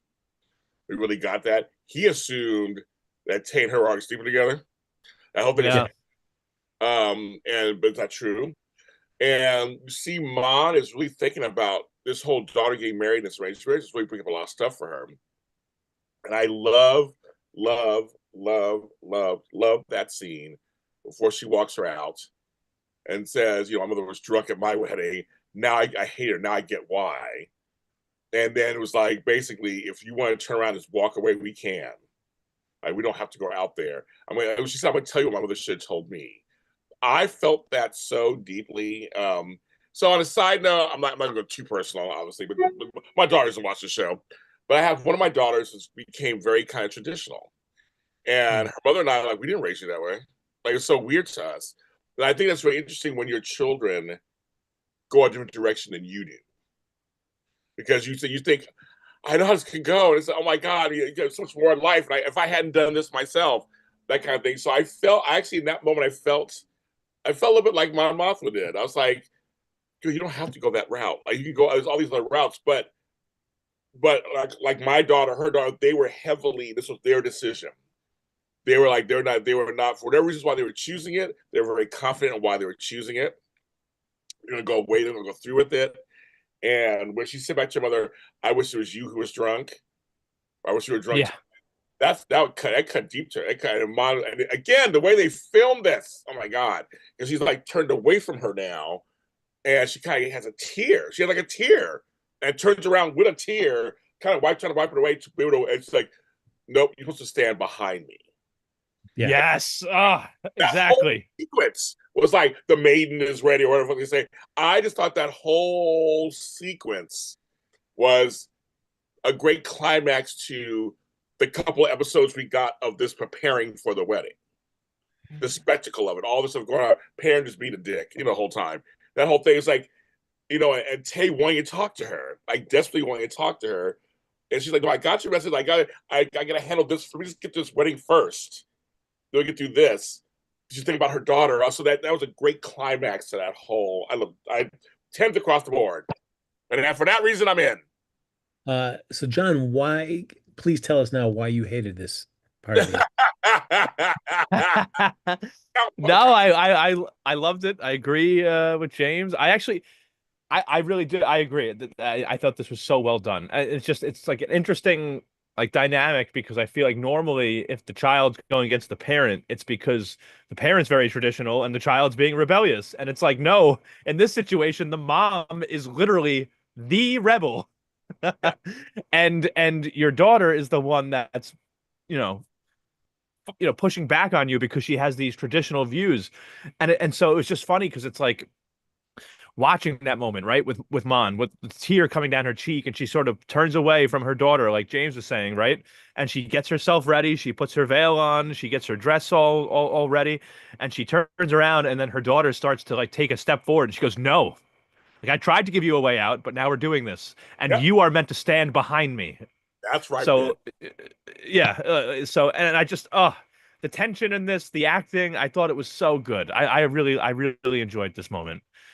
Um, Yeah, you can only imagine, and who knows, we don't know what happens with Mon's family in the Star Wars universe. So who knows what happens to them in the course of this season. But if her daughter does make it to an age where she has a child who's getting married, just see how she does Right, she the counsel that she's giving her daughter right. uh on that day. what that would be like. Mhm. I love it. Yeah. It's just that the acting is so. The action, I keep forgetting her name, who plays my mom. It's just so good. It's because they do a lot of close-ups on her face, and that's the true actor. You know, if you can emote in your face. Yeah, she's incredibly expressive. Yeah. Yes, there you go. That's the Genevieve O'Reilly, bringing it in. bring it in. Yeah. She's the bomb. Yeah. The bomb. I Uh, just love her. what I have loved in the course of like season one and what we see here in those first three episodes is just the way Tony Gilroy and the rest of the writers have just really given us an in-depth look on like this culture, this society, and how they operate, their traditions, their norms. Seeing Perrin do his toasts, Oh yeah. where he's using the three different kind of things. Sure. Yes. Where he's like sharing truths or, stuff with with the guests and his daughter and future son-in-law. And then even just the structure of the wedding ceremony, where it's like people walking in circles around them, them stepping over branch, the daughter stepping over the branches, them all rotating in circles. The knife, like I will not give this knife its back. Do with it what you will. Cutting off a braid of the hair, just really interesting. Just the different kind of traditions and stuff. That that's like the kind of minutia that just boy really really gets you invested in stuff like this. 100%. Yeah. That's what some people. So the music throughout the whole wedding is available, and we'll get to the whole when she's dancing at the end, but all the music from that is available, and it's by. I looked it up because I was like, I went and got it on Spotify, and it is. We get to. I should have been ready for this part. Here we go. Let's go down, and it is by.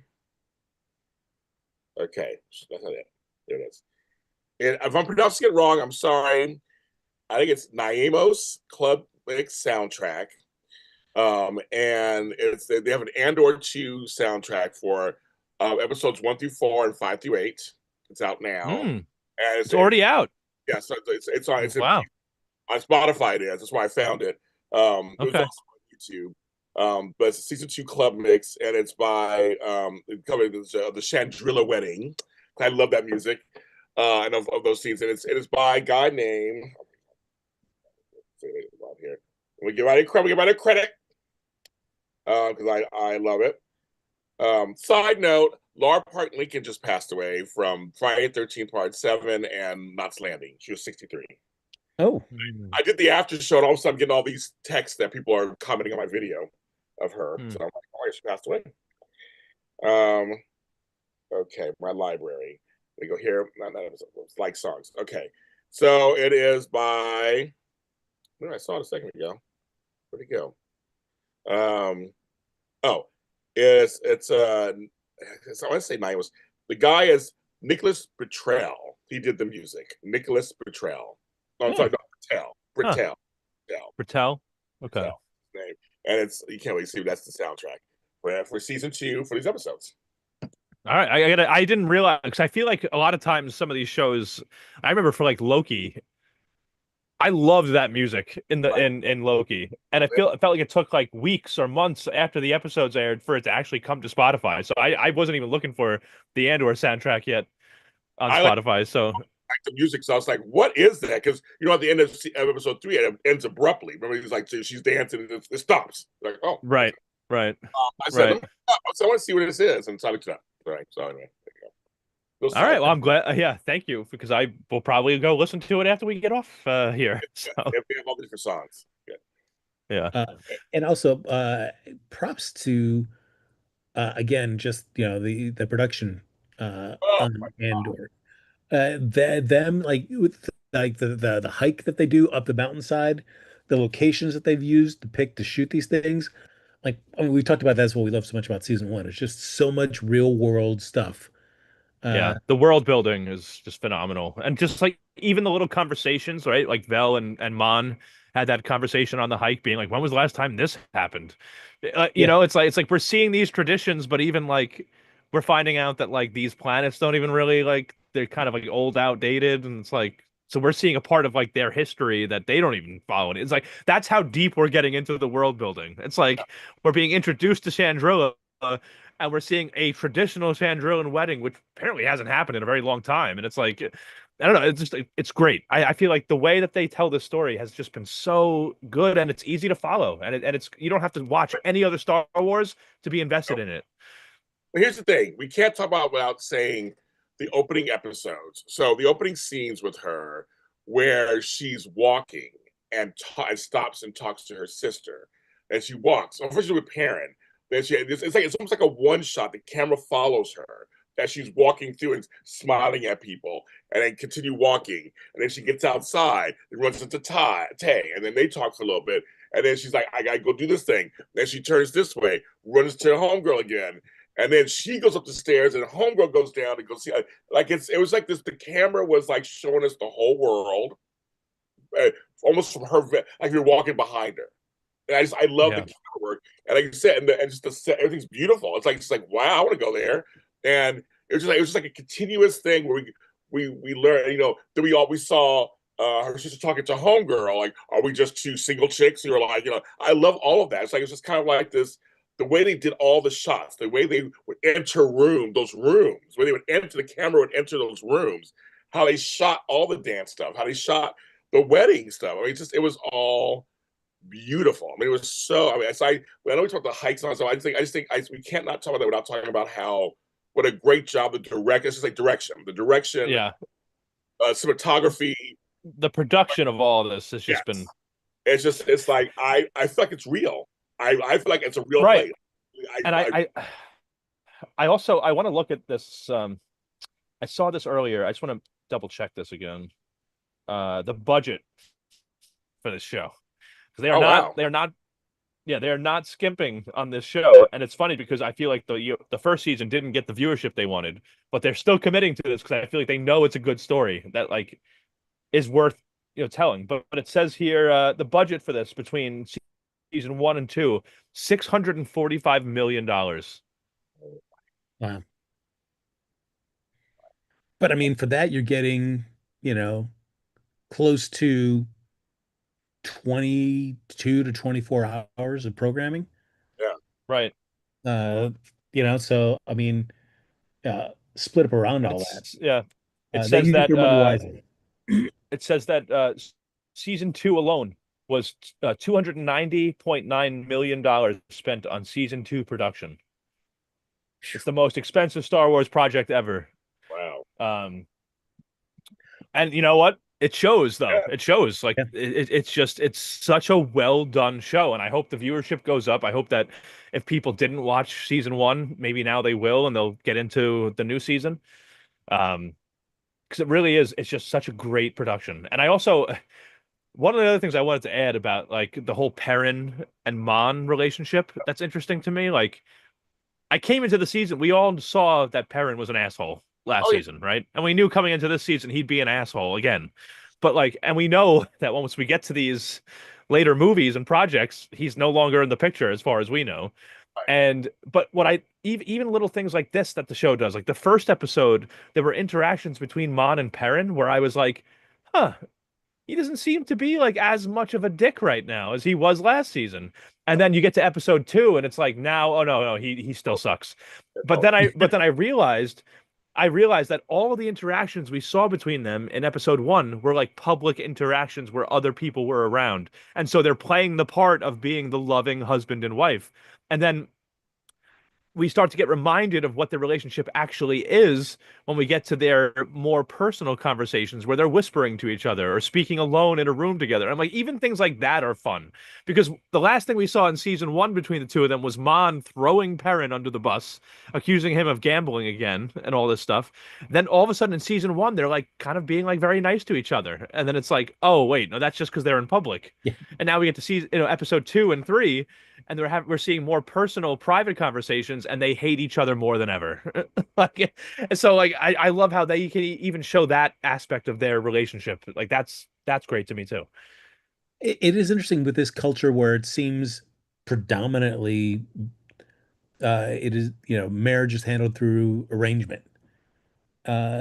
where and we see how that they kind of told it's taken on Mon and Perrin's relationship and why she's Mon's so fearful about her daughters. But interesting enough, like with the husband, her the husband's mother and father, Oh yeah, they seem much more friendly towards each other. yes. And of course, we're only seeing them in a public setting. We don't really get in depth with them to see what they're like, privately. But I was like, oh yeah, yeah. I mean, like there are arranged marriages that do work in the world. Yeah. Uh, I think a lot more don't, and they just stay together because that's what the culture demands of it. But you know, yeah. But I was like, hey, yeah, you're not painting every arranged marriage as terrible. Maybe the husband's parents do genuinely seem to enjoy each other both publicly and privately. Yeah. Fall maybe in like with each other or something years later. Like they're together, they figured it out and they got Mm. it. And they're like, we're good. Like we're Yeah. good.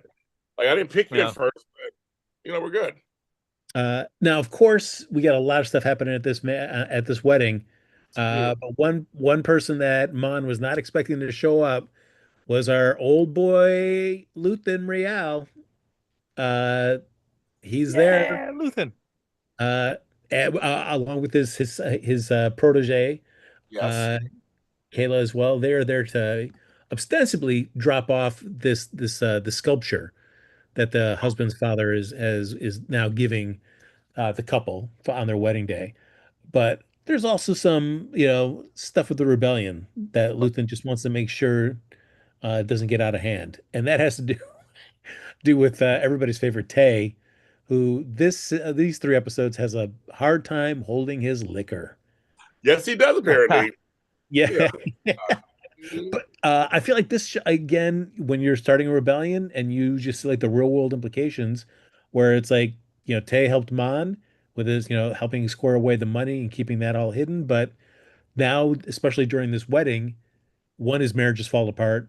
Two, he's around all this wealth and opulence, and he's realizing that like, holy cow, I don't have any of this. Uh, and boy, my life would be so much easier if I had this. Holy cow, Mon, you know what? I know some stuff. Uh, Maybe we should have a chat and see if, maybe I can get my beak wet a little bit as well too. And Luthen is clocking that uh constantly. And he's like, no, no, no. He's there. He knows that Tay is a risk. And it, he wants just to be done with Tay. Yes. Well, at the end, I mean, I'm thinking, so is he being taken off? So, like, I guess we're gonna find out what happens. Hopefully, what happened to him. Uh, Yeah, I don't think Tay is long for this galaxy. And I was like, they switched to drive. Our boy Otto wasn't there, or whatever. He wasn't there. Who was a fun character for a minute.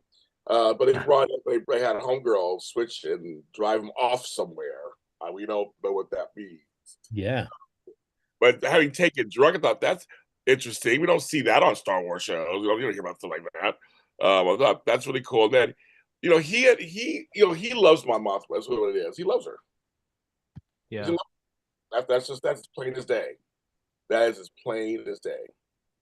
I Uh, also just I I love this extra layer, like because it wasn't really necessary. Like the stakes are already high enough, but it just adds this other layer of intrigue where it's like because when we're first introduced to Tay and Davos Golden, right? Like Tay and Mon are these lifelong friends that seem to really like each other and get along, and Mon refers to him as a thug who Right. can't be trusted and this and that. And it's like, so you're thinking, okay, the trouble that's going to come from here is not between the lifelong friends of Mon and Tay.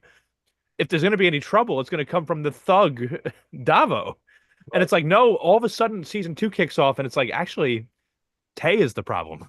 Yes.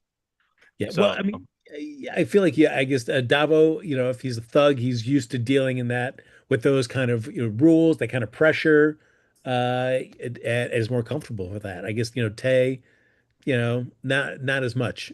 Uh, and yeah, I mean, you can see like the dangers of a society built on more of an arranged marriage, where clearly Tay has got a candle, holding a candle for Mon, and yeah. I'm sure she definitely does have affection for him as well too, even though like and even Perrin calls her out on it, like, oh yeah, Yeah, yeah. and it's like, oh, I thought you guys had been sleeping together, and she's like, what? He's not your lover? Yeah. Which I mean, by like that statement also just means like parents got lovers as well. Uh, Right, right. you know, and so great. So I don't know if that's the first time Mon is like hearing that as well, knowing like, oh, great. I always kind of thought maybe that was happening, but boy, that's like a real confirmation that that parent is just sleeping with other people now. Cool. Yeah. All right. This is working out well for us. Uh, but you see Tay just kind of falling apart, and Mon just wanted to say like, "Hey, I'll come up with a number. You know, whatever kind of number it is, we can buy a silence with that." And Luthen's like, "No, you can't because that's you can buy it one time, but that's not going to be the end of it. It's always going to come up again and again and again." Yeah. Uh, and my favorite line in the whole thing is when he says that when they're talking about that with he's saying that with Mon, and Mon's like, I don't know what that means, and he just says to her, just like, "How nice for you." Where Yeah. just like, you just like that mix of like condensation and like wow, must be nice to live in a world where it's like that's not a reality. So Right. I feel like that's like we see like yes, Mon has been dealing with this rebellion and kind of really to elevate it and make it into a thing that can topple the Empire. But I felt like it was that conversation and knowing that Luthen is going to take care of Tay, most likely kill him, that just like sends Mon into like the dance that we see at the end of the episode, where she knows like life is just spiraling out way crazier. That she now has to know that a dear friend of hers is going to be killed Right. because of the rebellion. Right. And there's nothing that she can do about it. Yeah, Honestly, like there's literally she has no control or power over this situation. It's just gotten, like you said, spiraled out of her control. And that whole thing is interesting to me too, right? Because she's the leader of this rebellion, really. She has set up this whole fund so that they can, make sure that the rebellion has the resources it needs. But at the same time, it's like this person who was very crucial to help her setting it up, she seems to have been avoiding or ignoring him, right? He said that he had called her office multiple times. He left a message with her, and she even admitted at one point, like, "Oh, I've been remiss. I know you called. I've been remiss." And it's like, listen, you probably should have been keeping better tabs on one of the people that's helping you fund a rebellion against the Empire. Like, yeah. like Well, I know you've got a lot going on. Your husband sucks, your daughter's getting married, but like maybe call Tay back. I don't know. Like, yeah. I mean, and I feel like that is sadly almost like real world where your blind spot will be to the person you think like, oh, I know this person. They're going to be fine. yeah, I don't need to be as hands-on with them. They can wait for right. And that's why exactly, and that's why you ignore them because it's like they would never betray me. And it's like, no, well, you have this crazy expensive wedding and everybody else is getting rich and I'm suffering and my wife left me. You have to call me once in a while, but it's but it. like but you also understand the idea that it's like, oh, like we've been friends our whole lives. Of course, I don't have to worry about that. I can put this off for a month and call him back later. But it's like, no, you can't. Yeah. Oh, no. And so we get to see Mon dancing her little heart out, trying to forget like all the stuff that as we see Tay being driven off by Cinta, he's got a little smile on his face, knowing that like, oh, we're gonna meet on Coruscant next week to talk. That meeting is never gonna happen. See Nope. you later. Dead, dead. And that I feel like our last bit of a storyline here is kind of ties back into Cassian's, and that's what's happening to his friends uh, that he escaped Phoenix with, and what's happening on this planet that the Empire is coming in and doing an inspection, like an audit. And we see what life has been like for them Yeah. since they've escaped the planet from Phoenix, where they're just undocumented workers working, harvesting this grain, just trying to stay one step ahead of the Yeah. Empire. They're Uh, like mechanics too, right? Toolies or whatever. I think the kid Will calls them. Do we know the name of this planet? I forget if they actually named it. yes, it is Min Oh, that's right. Mina, They said at the beginning, I don't remember what it was. yeah, Mina-esque or Mina, something like that. Yeah. yes. Uh yes, but they're on that and the Empire's arrived. They've put a communications black Mina Rao. Mina Rao. There you go. Mina-dash A Rau. So but yeah, they put a communications blackout so nobody can, call in or out of the planet. They're going around just making sure, and much like real life, again, it's like, yes, we know we have undocumented workers, but the grain needs to be Oh, harvested. okay, Frank and There you John. go. Yeah. When that whole sequence came up, I was like, how did that so familiar these days in America? I thought that I was waiting for. I haven't watched anybody else's reviews, but I'm waiting to see if anybody picked up on all that because I'm like, I don't know if they have or not. So I'm ignorant on that part. But I was like, when they actually said those words, like, so you come over, I was like, oh my god, it's like right out the real life books. Yeah. Yeah. Where he even says I've like, seen, and I, yeah. Oh, sorry. oh no, just like where he even the guy from the Empire, just like, and these are situations that where nuance is required. Right. Nuance. Well, Mm. I've seen some stories out there too about people's, not necessarily controversy, but like people talking about, this particular thing with Bix and this Imperial officer, and like sort of the That links was between like fighting against, right, like fighting against fascism and like, what are we doing here? And it's like Star Wars has never really shown even consensual sex, right? But here they thought it was necessary. Tony Gilroy said this, that he thought it was necessary that when you're fighting against fascism, it's important to include examples like this. And like it does hit home very hard for what's going on today in this country. But like this story showed us a situation where an imperial officer was trying to sexually assault an undocumented yeah, woman, an yes. undocumented immigrant, and it's like that hits very close to Uh, home. I agree. Right, with I was with shocked. just everything that's happening now. And people ask, like, why would you include that in like a Star Wars story? Because like we've never actually seen like a sex scene or anything. And it's like, how can I accurately, and Tony Gilroy basically responded, like, how can I accurately describe the horrors of fascism, what you have to fight for, if I don't include things like this? Well, Because this is what happens in real life. the thing is, we're used to death. Yeah, stormtroopers get killed left and right. Nobody says blinks an eye. But it's like, yeah, that's one thing. Yeah, death happens. But then there are things like, essays and stuff. We gotta be careful on YouTube how we say certain things. Things happen. And that's part of it also. That's part of war. That's part of taking over somebody. You do two things. You rape and pillage, basically. That's what you do. Yeah. So it's not like I was taken aback by that whole scene. I was like, wow, I'm not seeing this in a Star Wars show. But I think it was good to have it in there. I mean, she fought him off. I mean, she killed him. But it was like, but it was. I'm glad they showed that a little bit. That it was like it was just Me, kind of me too. No, it makes the story even more compelling and believable. yes, Uh, so Yeah. And you see that, Brasso, Bix, and everybody else, they kind of they found a little community and a life, even though it's not, one of where they still have to keep, one eye over, open at all times for anything that happens. Uh, but I like how often just people are, have you heard from Cassian? Have you heard from Cassian? Have you heard from him? Have you yeah. heard? Have you heard? Have you heard from him? Because things are going down. And sadly, it doesn't work out for Brasso. Uh, oh, oh, I still don't want to accept that he's dead. Like I got there's a part of me that like wants to see the start of the next episode and he just like opens his eyes. well, wait. When it went back to show him laying underneath the fighters, the thingy, I was hoping his eyes open up, or he twitched or something. But he did it. He did nothing. I love Brasso. I this that Yeah, And to think that we like listen, there's characters in this show, right? Brasso, Bix, the kid Will. yeah. These people aren't in Rogue One. And so they're probably going to end up dying along the way. Like I don't know Uh, for sure, but I I can see it know. happening.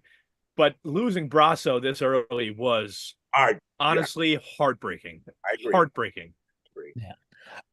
I will say the thing that was even more heartbreaking for me though is what seems to be the abandonment of B back on this Oh planet. no! Oh my god! I mean, the three of Bix, Will, and Cassian hop on that TIE fighter and they take off, and B is just left behind without not even a goodbye. Just they're just gone. That was sad too. It was like we're never see B again. That's it. Oh, It's that's the one that's gonna kill me. If we never say B again, Oh, I agree. I know. I feel like B has had a rough go of it, and I feel like I just want B to be happy. I just want B to have like a day with Andor. Because Well, doesn't it maybe it always could seem happen, like Andor's right? It still could, but doesn't it seem like Andor's always leaving and B is like, when will I see you again? Or Andor's showing up not for very long and B is like, oh, I knew I'd see you again, and then Andor leaves, and it's like, can you just take this? Can you just take this droid with you, please? Like, please. I know he's slow, he's big and bulky, and he right? needs to be charged up, and if he has to lie, he needs an extra charge and all that stuff. I know, I get it. It's a lot of responsibility. Please take this freaking droid with you. I'm so tired of him being left alone. oh. I will at least say that if he is being left behind somewhere, it seems like this is a nice place. We do see at the beginning of the third episode where, there's that kind of communal gathering mealtime, and he's playing with the kids as they're, kind of playing Empire and Rebellion or whatever. Uh, and he seems to be enjoying himself playing with the kids. So, uh, if he's going to be left somewhere, I guess this is a good place to be. But I I'll guess, be sad. Yeah. I guess we can't also forget that Kellen guy whenever he turned on him. I was like, that's sad. Like he's when he turned on him. Like I thought he was their friend, and he was like, "Go here, we're going to hide for a while," and he turned on him. I was wondering about that because he also has when Brass was put on the ground and he looks up at him and they have that little connection. I feel like he put that charging, attacking him to make sure that they were safe. Oh, okay, I get. Okay, that's what you say. Okay, Because when he okay, looks at him, yeah, I mean, the guy has a little bit right. of a smile, like an appreciative, like, thank you. So it feels like he's at least trying to make sure that those guys are going to be safe. You're right. There was that look. Well, you're right. There was that kind of acknowledgement of something. Yeah, you're right. No, you're right. Um, so yeah, we leave now. One of Cassian's inner circle is gone. Well, two if we're counting B. Yeah, Uh, I better at least see Cassian acknowledge B and his yeah, absence in a yeah. future episode. Come on, Tony, don't do this to me. Yes, I agree.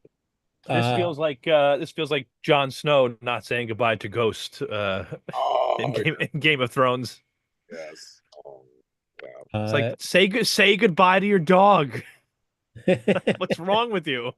I remember that. That was sad. That was sad. He just wants to be loved. Um. um, Oh, so go ahead. I don't know. So yeah, that's when Oh, next we before we go, I just want to say I love the ending with Mon Mothma taking those shots and just dancing her cares away.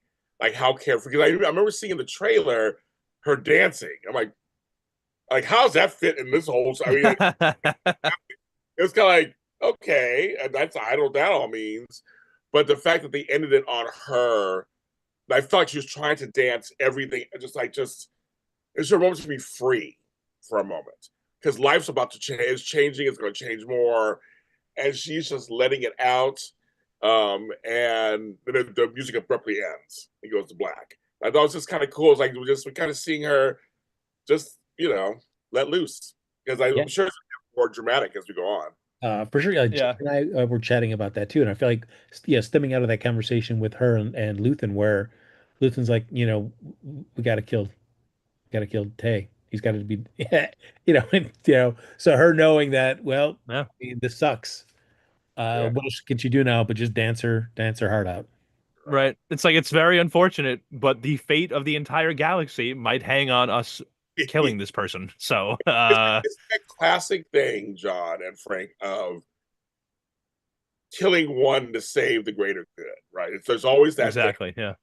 This person versus you save this person versus everyone else dying, so to speak. It's that classic dilemma, right? It's like you Hey, kill one to save the dozens or the Yeah. few. Kill one to save billions. Right, Actually, right, in this galaxy, we might be talking trillions, actually. yeah, right, Kill right, one to save trillions. right. Um, and it did feel in the scene like it was like, all right, this is the last time that we're gonna see Mon Mothma drink or dance. Yeah, From here on out, it's like things are gonna change I from here agree. on out. I she might just up and leave her family for all we know. Like maybe that's why we don't see them anymore. Like maybe nothing happens to them. Maybe she just goes, I don't want to do this or be here anymore and like pretend this whole charade. Like I know what I need to do and I'm just gonna go and do it. You know? Well, I mean, realistically, I think it's gonna come. It has to come to a point for her because seeing how what her daughter's mindset is and how Perrin feels, Perrin is got no. It doesn't seem to have any kind of loyalty or sympathy towards the rebellion. Uh, at some point, it's gonna be like I can't stay around here any longer because they will rat me out to the Empire on this. Yeah, Uh, so yeah, I mean, I feel like she has to leave them at some point to be able to just to right. maintain her own safety and also to keep the rebellion going. I feel like to keep her own safety, to keep the rebellion going, and maybe in the end we find out it's even a sacrifice to keep Perrin and her daughter safe, being like, listen, stuff's about to happen and I need to get out of here. And if I leave now, I can give you like a way out to say you had no idea this was going on. Yeah. So And then she'll dance some more on the starship as it's taking her away. can Yeah. I also just say before we start to wrap up here, Vel is my least favorite character in this whole show. Mon Mothma's sister, Vel, Cinta's She was very girlfriend. sad, sacky in this She's episode. last season, this season, she is so annoying. So sorry. Like I don't know how to like explain to you that you are part of a rebellion. And like when Cinta is like, we have to complete this mission, and Vel's just like, oh, it's good to see you too. And it's like, can you just focus for a second? Like, if you don't want to be part of this, go find another girlfriend, okay? Because we're literally like, these are life and death situations here. So I don't need you to stare off at me, being like, why aren't you saying hello to me? It's like, no, we're literally fighting a rebellion. Can you please grow up, Phil? Like, Yeah. I'm so tired of her. I'm And so tired of her. Cynthia keeps it cool when they when they see each other Yeah, at the end of episode 3. She's like, "Nope, I'm just here to, to chauffeur Tay to his yeah, death." right. Also, I don't know her name, but the actress that plays Vel seems to be getting typecast because she always plays like the worst, most annoying character ever. Because I don't know if you remember, but the actress that plays Vel also played the student for the Faceless Men in Game of Thrones, the one that tried to kill Arya Stark. Yeah. Um, she's the one that like stabbed her and like and all that stuff that like kept beating her when she was blind. It's the same I heard actress. that was just blind. Yeah, I Yeah, remember. and it's the same woman, and I'm like, why do you constantly be getting cast in these like insanely annoying, irritating roles where you're just like the worst person ever? It works. She's making money. She's like, it's Yeah, colorful, making some money, and it worked out. listen, get work wherever you can, but Yeah. I despise you. It's fine. That's But fine. you know what then? I actually good on her because that's what she's supposed to be doing. Exactly. She's doing her job. Like Frank and I say about our soap operas, when you hate a villain, you're supposed to hate the villain. Like, that's the whole point. Yeah. The actors doing a great job Yeah. most of the time. So yeah, it's good. Uh, as before we say our final goodbyes, Star Wars Celebration wrapped up in Japan, and a few announcements came out of that. One was a new series for Disney Plus being written by Carlton Cuse and his son. Don't know because they didn't give any more details other than that. Mm, Another was a Darth Maul animated series. yes. I'm so pumped for that. I'm so pumped for that. People, I feel like reactions were mixed on this, John. And so as Yeah, somebody who's, I'm down for more Maul content. I am. I but as love somebody, Maul. see, yeah, John, we wanted Darth Maul live action. That's what we wanted. So we're not getting I, that. and I wanted that too, but you giving me more Maul, I'll take it. So but do you feel like there's enough? I mean, clearly they're not going to do the series unless they thought there was a story to tell. But I mean, it feels like we know, what's happened to him since the episode 1, through Clone Wars, through Rebels, and we see his demise by the hands of Obi-Wan there on Tatooine. Do you feel like there's still a gap in there where an important story worth watching is waiting to be told? yeah, because well, we saw there was a post credit scene, right? Was it a post credit scene? I think in Solo, Yes, um, where she was Yes. a Kira. where Maul showed up. Yeah. And I'm like, all right, well, he's apparently now the leader of this huge criminal syndicate. What's going on here? And I feel like I've been waiting for that kind of story, and for that reason, I actually kind of wanted a second movie, solo movie, to be like, what is Maul doing? And I'm wondering if that's what we're gonna get here from this series. And I know it's animated and all that. Um, I love Clone Wars. I love Rebels. I love the animated series they've put out. So if it's done well, I'm all for it. Not saying I wouldn't have liked a live action thing, but like if this is how we have to get it, if it's done right, I'm all for it. Interesting. Yeah, I don't know, and maybe why Lucasfilm seems so reluctant to embrace an animated show set within the original trilogy's timeline with all those characters and like their adventures in between the films, or right after Return of the Jedi, where you could kind of spin out stuff that's happening from there. I don't know why they've been so reluctant to kind of embrace the original Yeah, cast in an animated form. I don't either. I think people would go crazy for like an animated series that featured like Han, Luke, and Leia Oh my and what they God. did, what they did between Return of the Jedi and The Force Awakens. Hmm. Like, because Clone Wars, Rebels, incredibly well done. Love those shows. They're animated, but I love them even as an adult. Even if some of them, some of those, a lot of those episodes are geared more towards kids, the shows are still so well done, and they fill in so many great little gaps in the Star Wars saga. And it's like, how do we not have an animated series of Han, Luke, and Leia? Like, you don't need to bring them back through CGI. You don't have to do any of that. Like, it's easy. You can Yeah. make an animated show with these beloved characters. Mark Hamill, I'm sure, would love to come back and voice Luke Skywalker. Like you could still have these people involved. And it's like some of these other shows that, because the prequels when they first came out weren't necessarily like loved and like widely accepted, but I feel like they have been made better by shows like the Clone Wars and Rebels. And it's like, okay, you can do the same thing here now, right? Like people were pissed about the way that Luke was portrayed in the sequel trilogy. They were pissed that we didn't get a scene with Han, Luke, and Leia together. And I understand all that like frustration and like anger with that. And it's like, all right, so why don't you make an animated show with these three characters? People would love that. I don't get it. Yeah. Why don't you do it? It seems like an easy, like it just like you'd be printing money at that point. Oh, absolutely. Absolutely. And may also serve to set up the sequel trilogy in a better way. That Right. Exactly. Exactly. 100%. last Um, bit of news was the Sean Levy Ryan Gosling film Starfighter as well. There's been many announcements throughout the years of Star Wars films, whether it was the other Rogue Squadron film that the director from Wonder Woman was going to do, or Kevin Feige was going to produce a Marvel film. I mean, Taika Waititi supposedly has a Star Wars film, Yes. in sort of development. It's as I think the article Kathleen says, it's like in Taika time, whenever he's gonna get it ready. yeah. I mean, we have the whole thing that's like whatever's happening with Lando Calrissian. First, it was maybe a movie, then a TV series. Now maybe back to being a movie. Who knows? But Yeah. uh, You still see like whispers of this like supposed Ryan Johnson trilogy oh that yes, that will never happen. But or anything that's happening, with Ray post the sequel trilogy.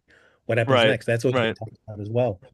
Uh, Other than Mandalorian and Mando and Grogu making its way to theaters next year, May we've not 2026. been able to see any other Star Wars film that's been announced make it to screen. So, both of you, what do you think the odds are that Sean Levy is able to get that film onto your screen near you?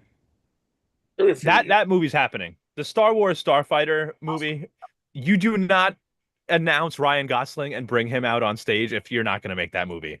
I love Daisy Ridley, I do, but like it's different. You bring her back, you bring any of those people back, even if you introduce them and the movie doesn't happen, nobody like people will be upset, but like you can get past that. You bring Ryan Gosling out. This feels to me like Top Gun in space. Like this is this Star Wars Starfighter movie is going to happen. Like, it's going to, no matter what. It might take a while. Maybe things will change. For all we know, the whole story will change and they'll change directors and this and that. But if you just brought out Ryan Gosling and said he's going to be in a Star Wars movie, it's going to happen. Yeah, it is. I have a show close contact. Waiting is your father, and I talk about. I have a whole listing of everything that was announced at Celebration. There's a bunch of stuff that was announced, so you can go listen to that. And you can hear all that stuff. But I'll say on this show, Ryan Gosling's, he's coming off of being Ken from Ken and Barbie. Like, he's a huge, bankable star. Yeah. And I think parading him around like they did, as he did out there, it's going to happen. It won't be out for I'm predicting 2028 or something like that. It's going to be for a while, I think. Right. Yeah. It'll get delayed. There'll be issues. The script won't be right. They'll change production people, but it will happen. For Ryan Gosling to do it, it's going to have to be a really good script, I think. I think he's not going to just do it just for shits and gigs. It has to be a really good. I also think that this movie might be the way that I get my sister finally into Star Wars. Because because I've been trying to get her to watch Star Wars with me for so long. My younger sister, Mary Kate, only a couple years younger than me, is like my best friend in the entire world. We watch a lot of things together, and I've been trying to get her to watch Star Wars for so long, and she's always just like, "Oh, I'm not into it. I'm not into it." So you better believe that I was very excited to be like, "Listen, there's a new Star Wars movie coming out, but Ryan Gosling's in it." And she's like, "Okay, I might watch that." And I'm like, "All right, I'm finally gonna get her into Star Wars." I was gonna say, I'm just in. I think it's smart to get a big name, a newer big name, and he is a big name, but he's also not so big that he can't do Star Wars. Also, right, and I think that he'll fit in well. Like, he's a recognizable person, but he's not necessarily the type of person that you're going to be like, "Oh, I can't take this seriously because all I see is Ryan Gosling from The Notebook or something." Like, I think that he'll do. He'll do a good enough job that like he will be a believable like pilot in the Star Wars galaxy to me. He'll do a good enough job to sell it, I think. All right, last question, gentlemen. Based on just the casting of Ryan Gosling and the title of the film Starfighter, odds that you see a Jedi in this movie? I hope we see none. Yeah.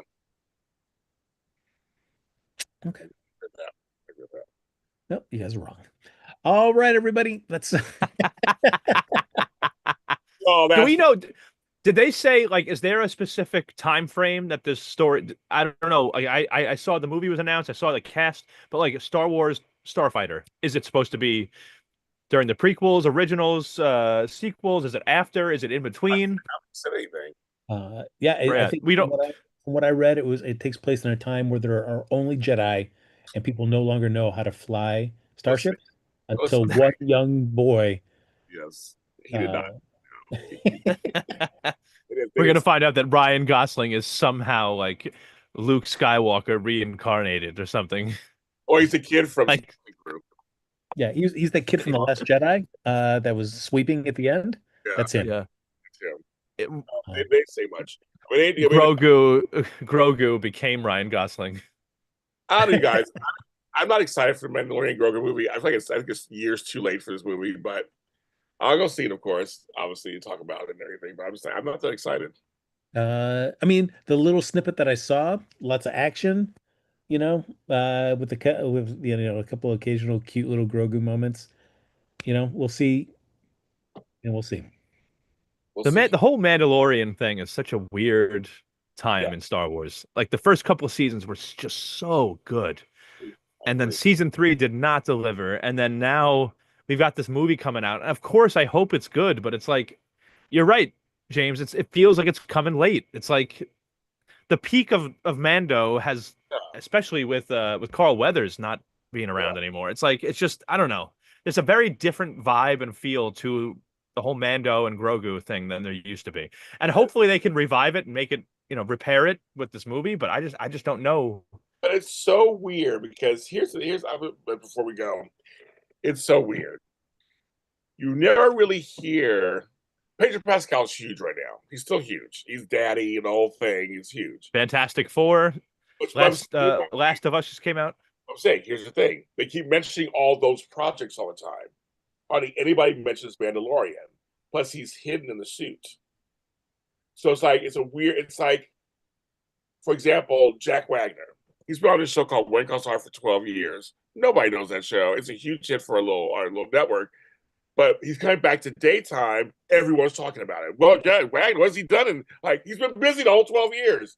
Like no one talks about it. So I feel like it's the same thing. It's like Pedro Pascal was in several hit TV shows at the same time, but everyone's talking about The Last of Us. You know, everybody's talking about his he's doing this movie, or he's like this premiere. He's like they're not talking about Mandalorian. And so it's so interesting to me. The Mandalorian was a hit. So it's just kind of like they don't mention it. So I'm like, when it was really peaking like 3 or 4 years ago, it should have a movie out then. Yeah, I mean, for me, my issues with that show are that, as we talked about before, that they were hamstrung with Grogu. If they make them part of this long-lived race that Yoda's of, it's just like he was like too much of this same infant for too long. Right. I needed him to get older as a Right. just this so there was just different things happened. Which is kind of funny because like we've talked about with Andor season 2, right? Every 3 episode chunk is separated by a year, and it's like Mando would have benefited from that same thing. Like, let's have some time jumps. Yeah. Let's make Grogu just a little bit older. Can he talk, please? It's been 3 seasons. Yeah. What do you which I know it can be hard to do because obviously Grogu is gonna age very differently than Mando. But like there's gotta be a way. Maybe it's 5 year chunks, where like where Grogu's getting a little older and we see Mando getting older, but like this is the weird thing too. Like COVID happened during this whole thing. I feel like Pedro Pascal had different like obligations, right? So like they could never take his mask off because he was never actually on set and things like that. And I wonder how some of this stuff sort of impacted how the show was actually done. It's like, all right, would the show have been different if COVID never happened, or if Pedro didn't have these obligations where he couldn't be on set because now we can never take Mando's mask off because Pedro's never here? Like I don't know. It's kind of weird. The whole vibe around Mando right now is just off. I agree. Well, you know who's not going to be seeing this film in theaters? John Dunphy. No, I'll be there. I'll be there opening night. I'll be there too. I'll look at the. I'll be there too. Yeah, something's going on. I'll be dressing up as Grogu. So, hottest Grogu around. There you go. Ladies and gentlemen, that's going to do it for this week's episode of the Andor After Show. As always, like and subscribe. You can find us there on YouTube as well as where you find any of your audio podcasts. And the super chat is always enabled. So I didn't even mention that up top. But for those of you that have been watching and enjoying the show with us and commenting along the way, thank you so much. We'll be back next week to hear more of your thoughts and speculations. But if you want to stay in touch with either of us or any of us during this next week, as you're kind of speculating what this 1 year time jump will be like, John Dunphy, where can they find you? You can find me at JDunn89. That's my personal handle on Instagram. I actually deleted. I got to be honest. Social media sucks. I deleted my Facebook. I deleted my Twitter. I'm still on Instagram. I'm on TikTok at JDunn89. And normally I would plug my other podcast here at Strat Chat Pod, but we have taken a bit of a hiatus here. We're taking a break until the summer when Big Brother kicks off again, and we will probably be rebranding. So we may have a new name and a new logo once the summer comes. So I don't have like an actual channel to plug here right now. Just be on the lookout. Me and two of my best friends in the whole world, Mr. Kyle Petty and Miss Gina Morgino, will be back this summer to cover Big Brother and other reality TV shows. But I can't even give you a name, a channel to any sort of profile to follow, an account to follow, because we don't know what our name or what our logo will be at that point. So is this hiatus a reflection of all of your feelings towards this current season of Survivor and the challenge? Is it watched them? I haven't watched a single episode of Survivor 48, the Challenge All Stars 5, or the current season of Australian Survivor. I have been completely removed from reality TV recently because just needed to focus on my mental health. So there Got we it. have it. Crazy Well, Frank. None of it. He's not watched any of that. well, I hope that you, most importantly, that you're taking care of yourself, and as Jerry Springer said, and each other. Each other. Yes. Yes, So yes. yes, I'm glad you're taking care of you and doing what you need to do to make sure you feel good about everything and yourself. So yeah, Oh yeah, definitely. And I just we watch a lot of reality TV, and I feel like there's a lot of things happening in the world right now. So for a while, reality TV just didn't seem very important.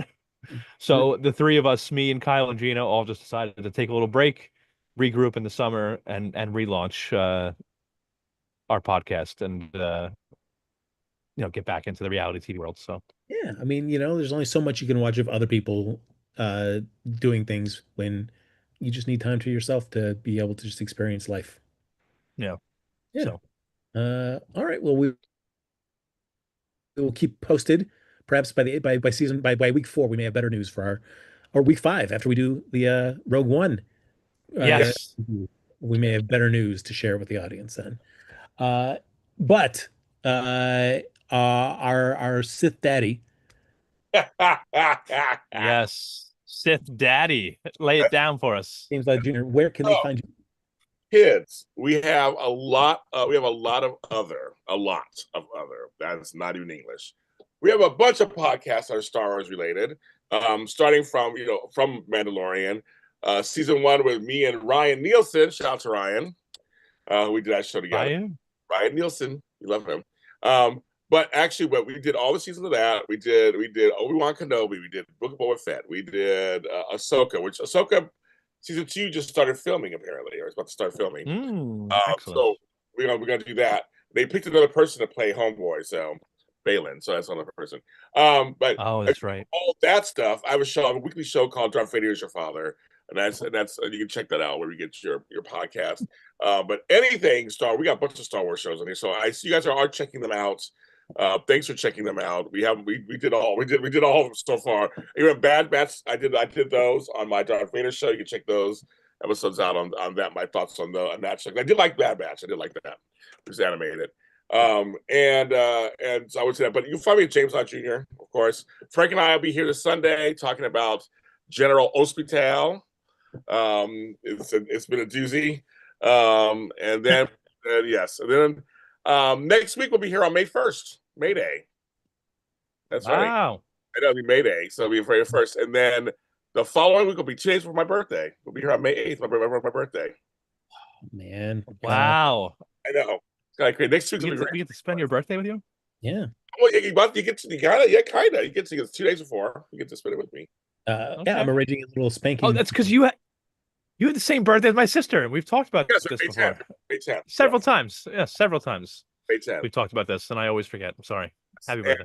Mother's Day's next day this year. It's the 11th. It's kind of funny. So, yeah, so we do that. So, but yeah, check out James Lott Jr. everywhere. I got 90 shows on this network. I can't even believe it. 90 shows. Do you guys watch Beyond the Gates? I do. Yeah, we talk about that. Do you talk about that at all? I have on my Daytime Today show, me, Frank Moran, I'm not Frank, me, Tony Moore, and Walker Ragsdale did a review of it. Okay, because a couple weeks ago I crashed at Kyle's my buddy Kyle's house, and we were watching Beyond the Gates, and I got to be honest, I'm kind of into it. It's a new one, folks. Yeah, so I've done a couple episodes on my Daytime Today. I'm not doing an after show for it because I can't watch it religiously. I have too many shows to watch. But I do catch it. I do DVR to catch it on occasion. I kind of like it. When I see, I like it.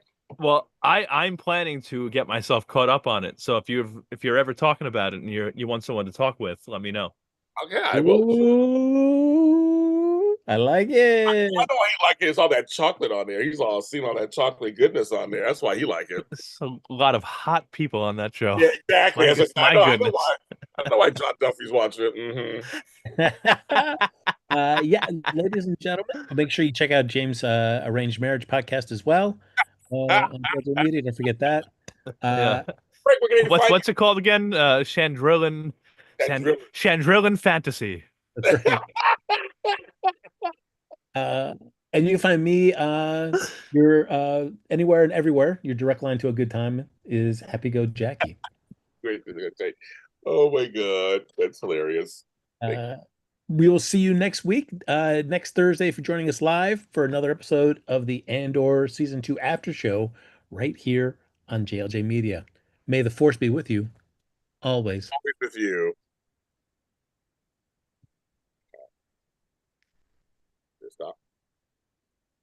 1 second.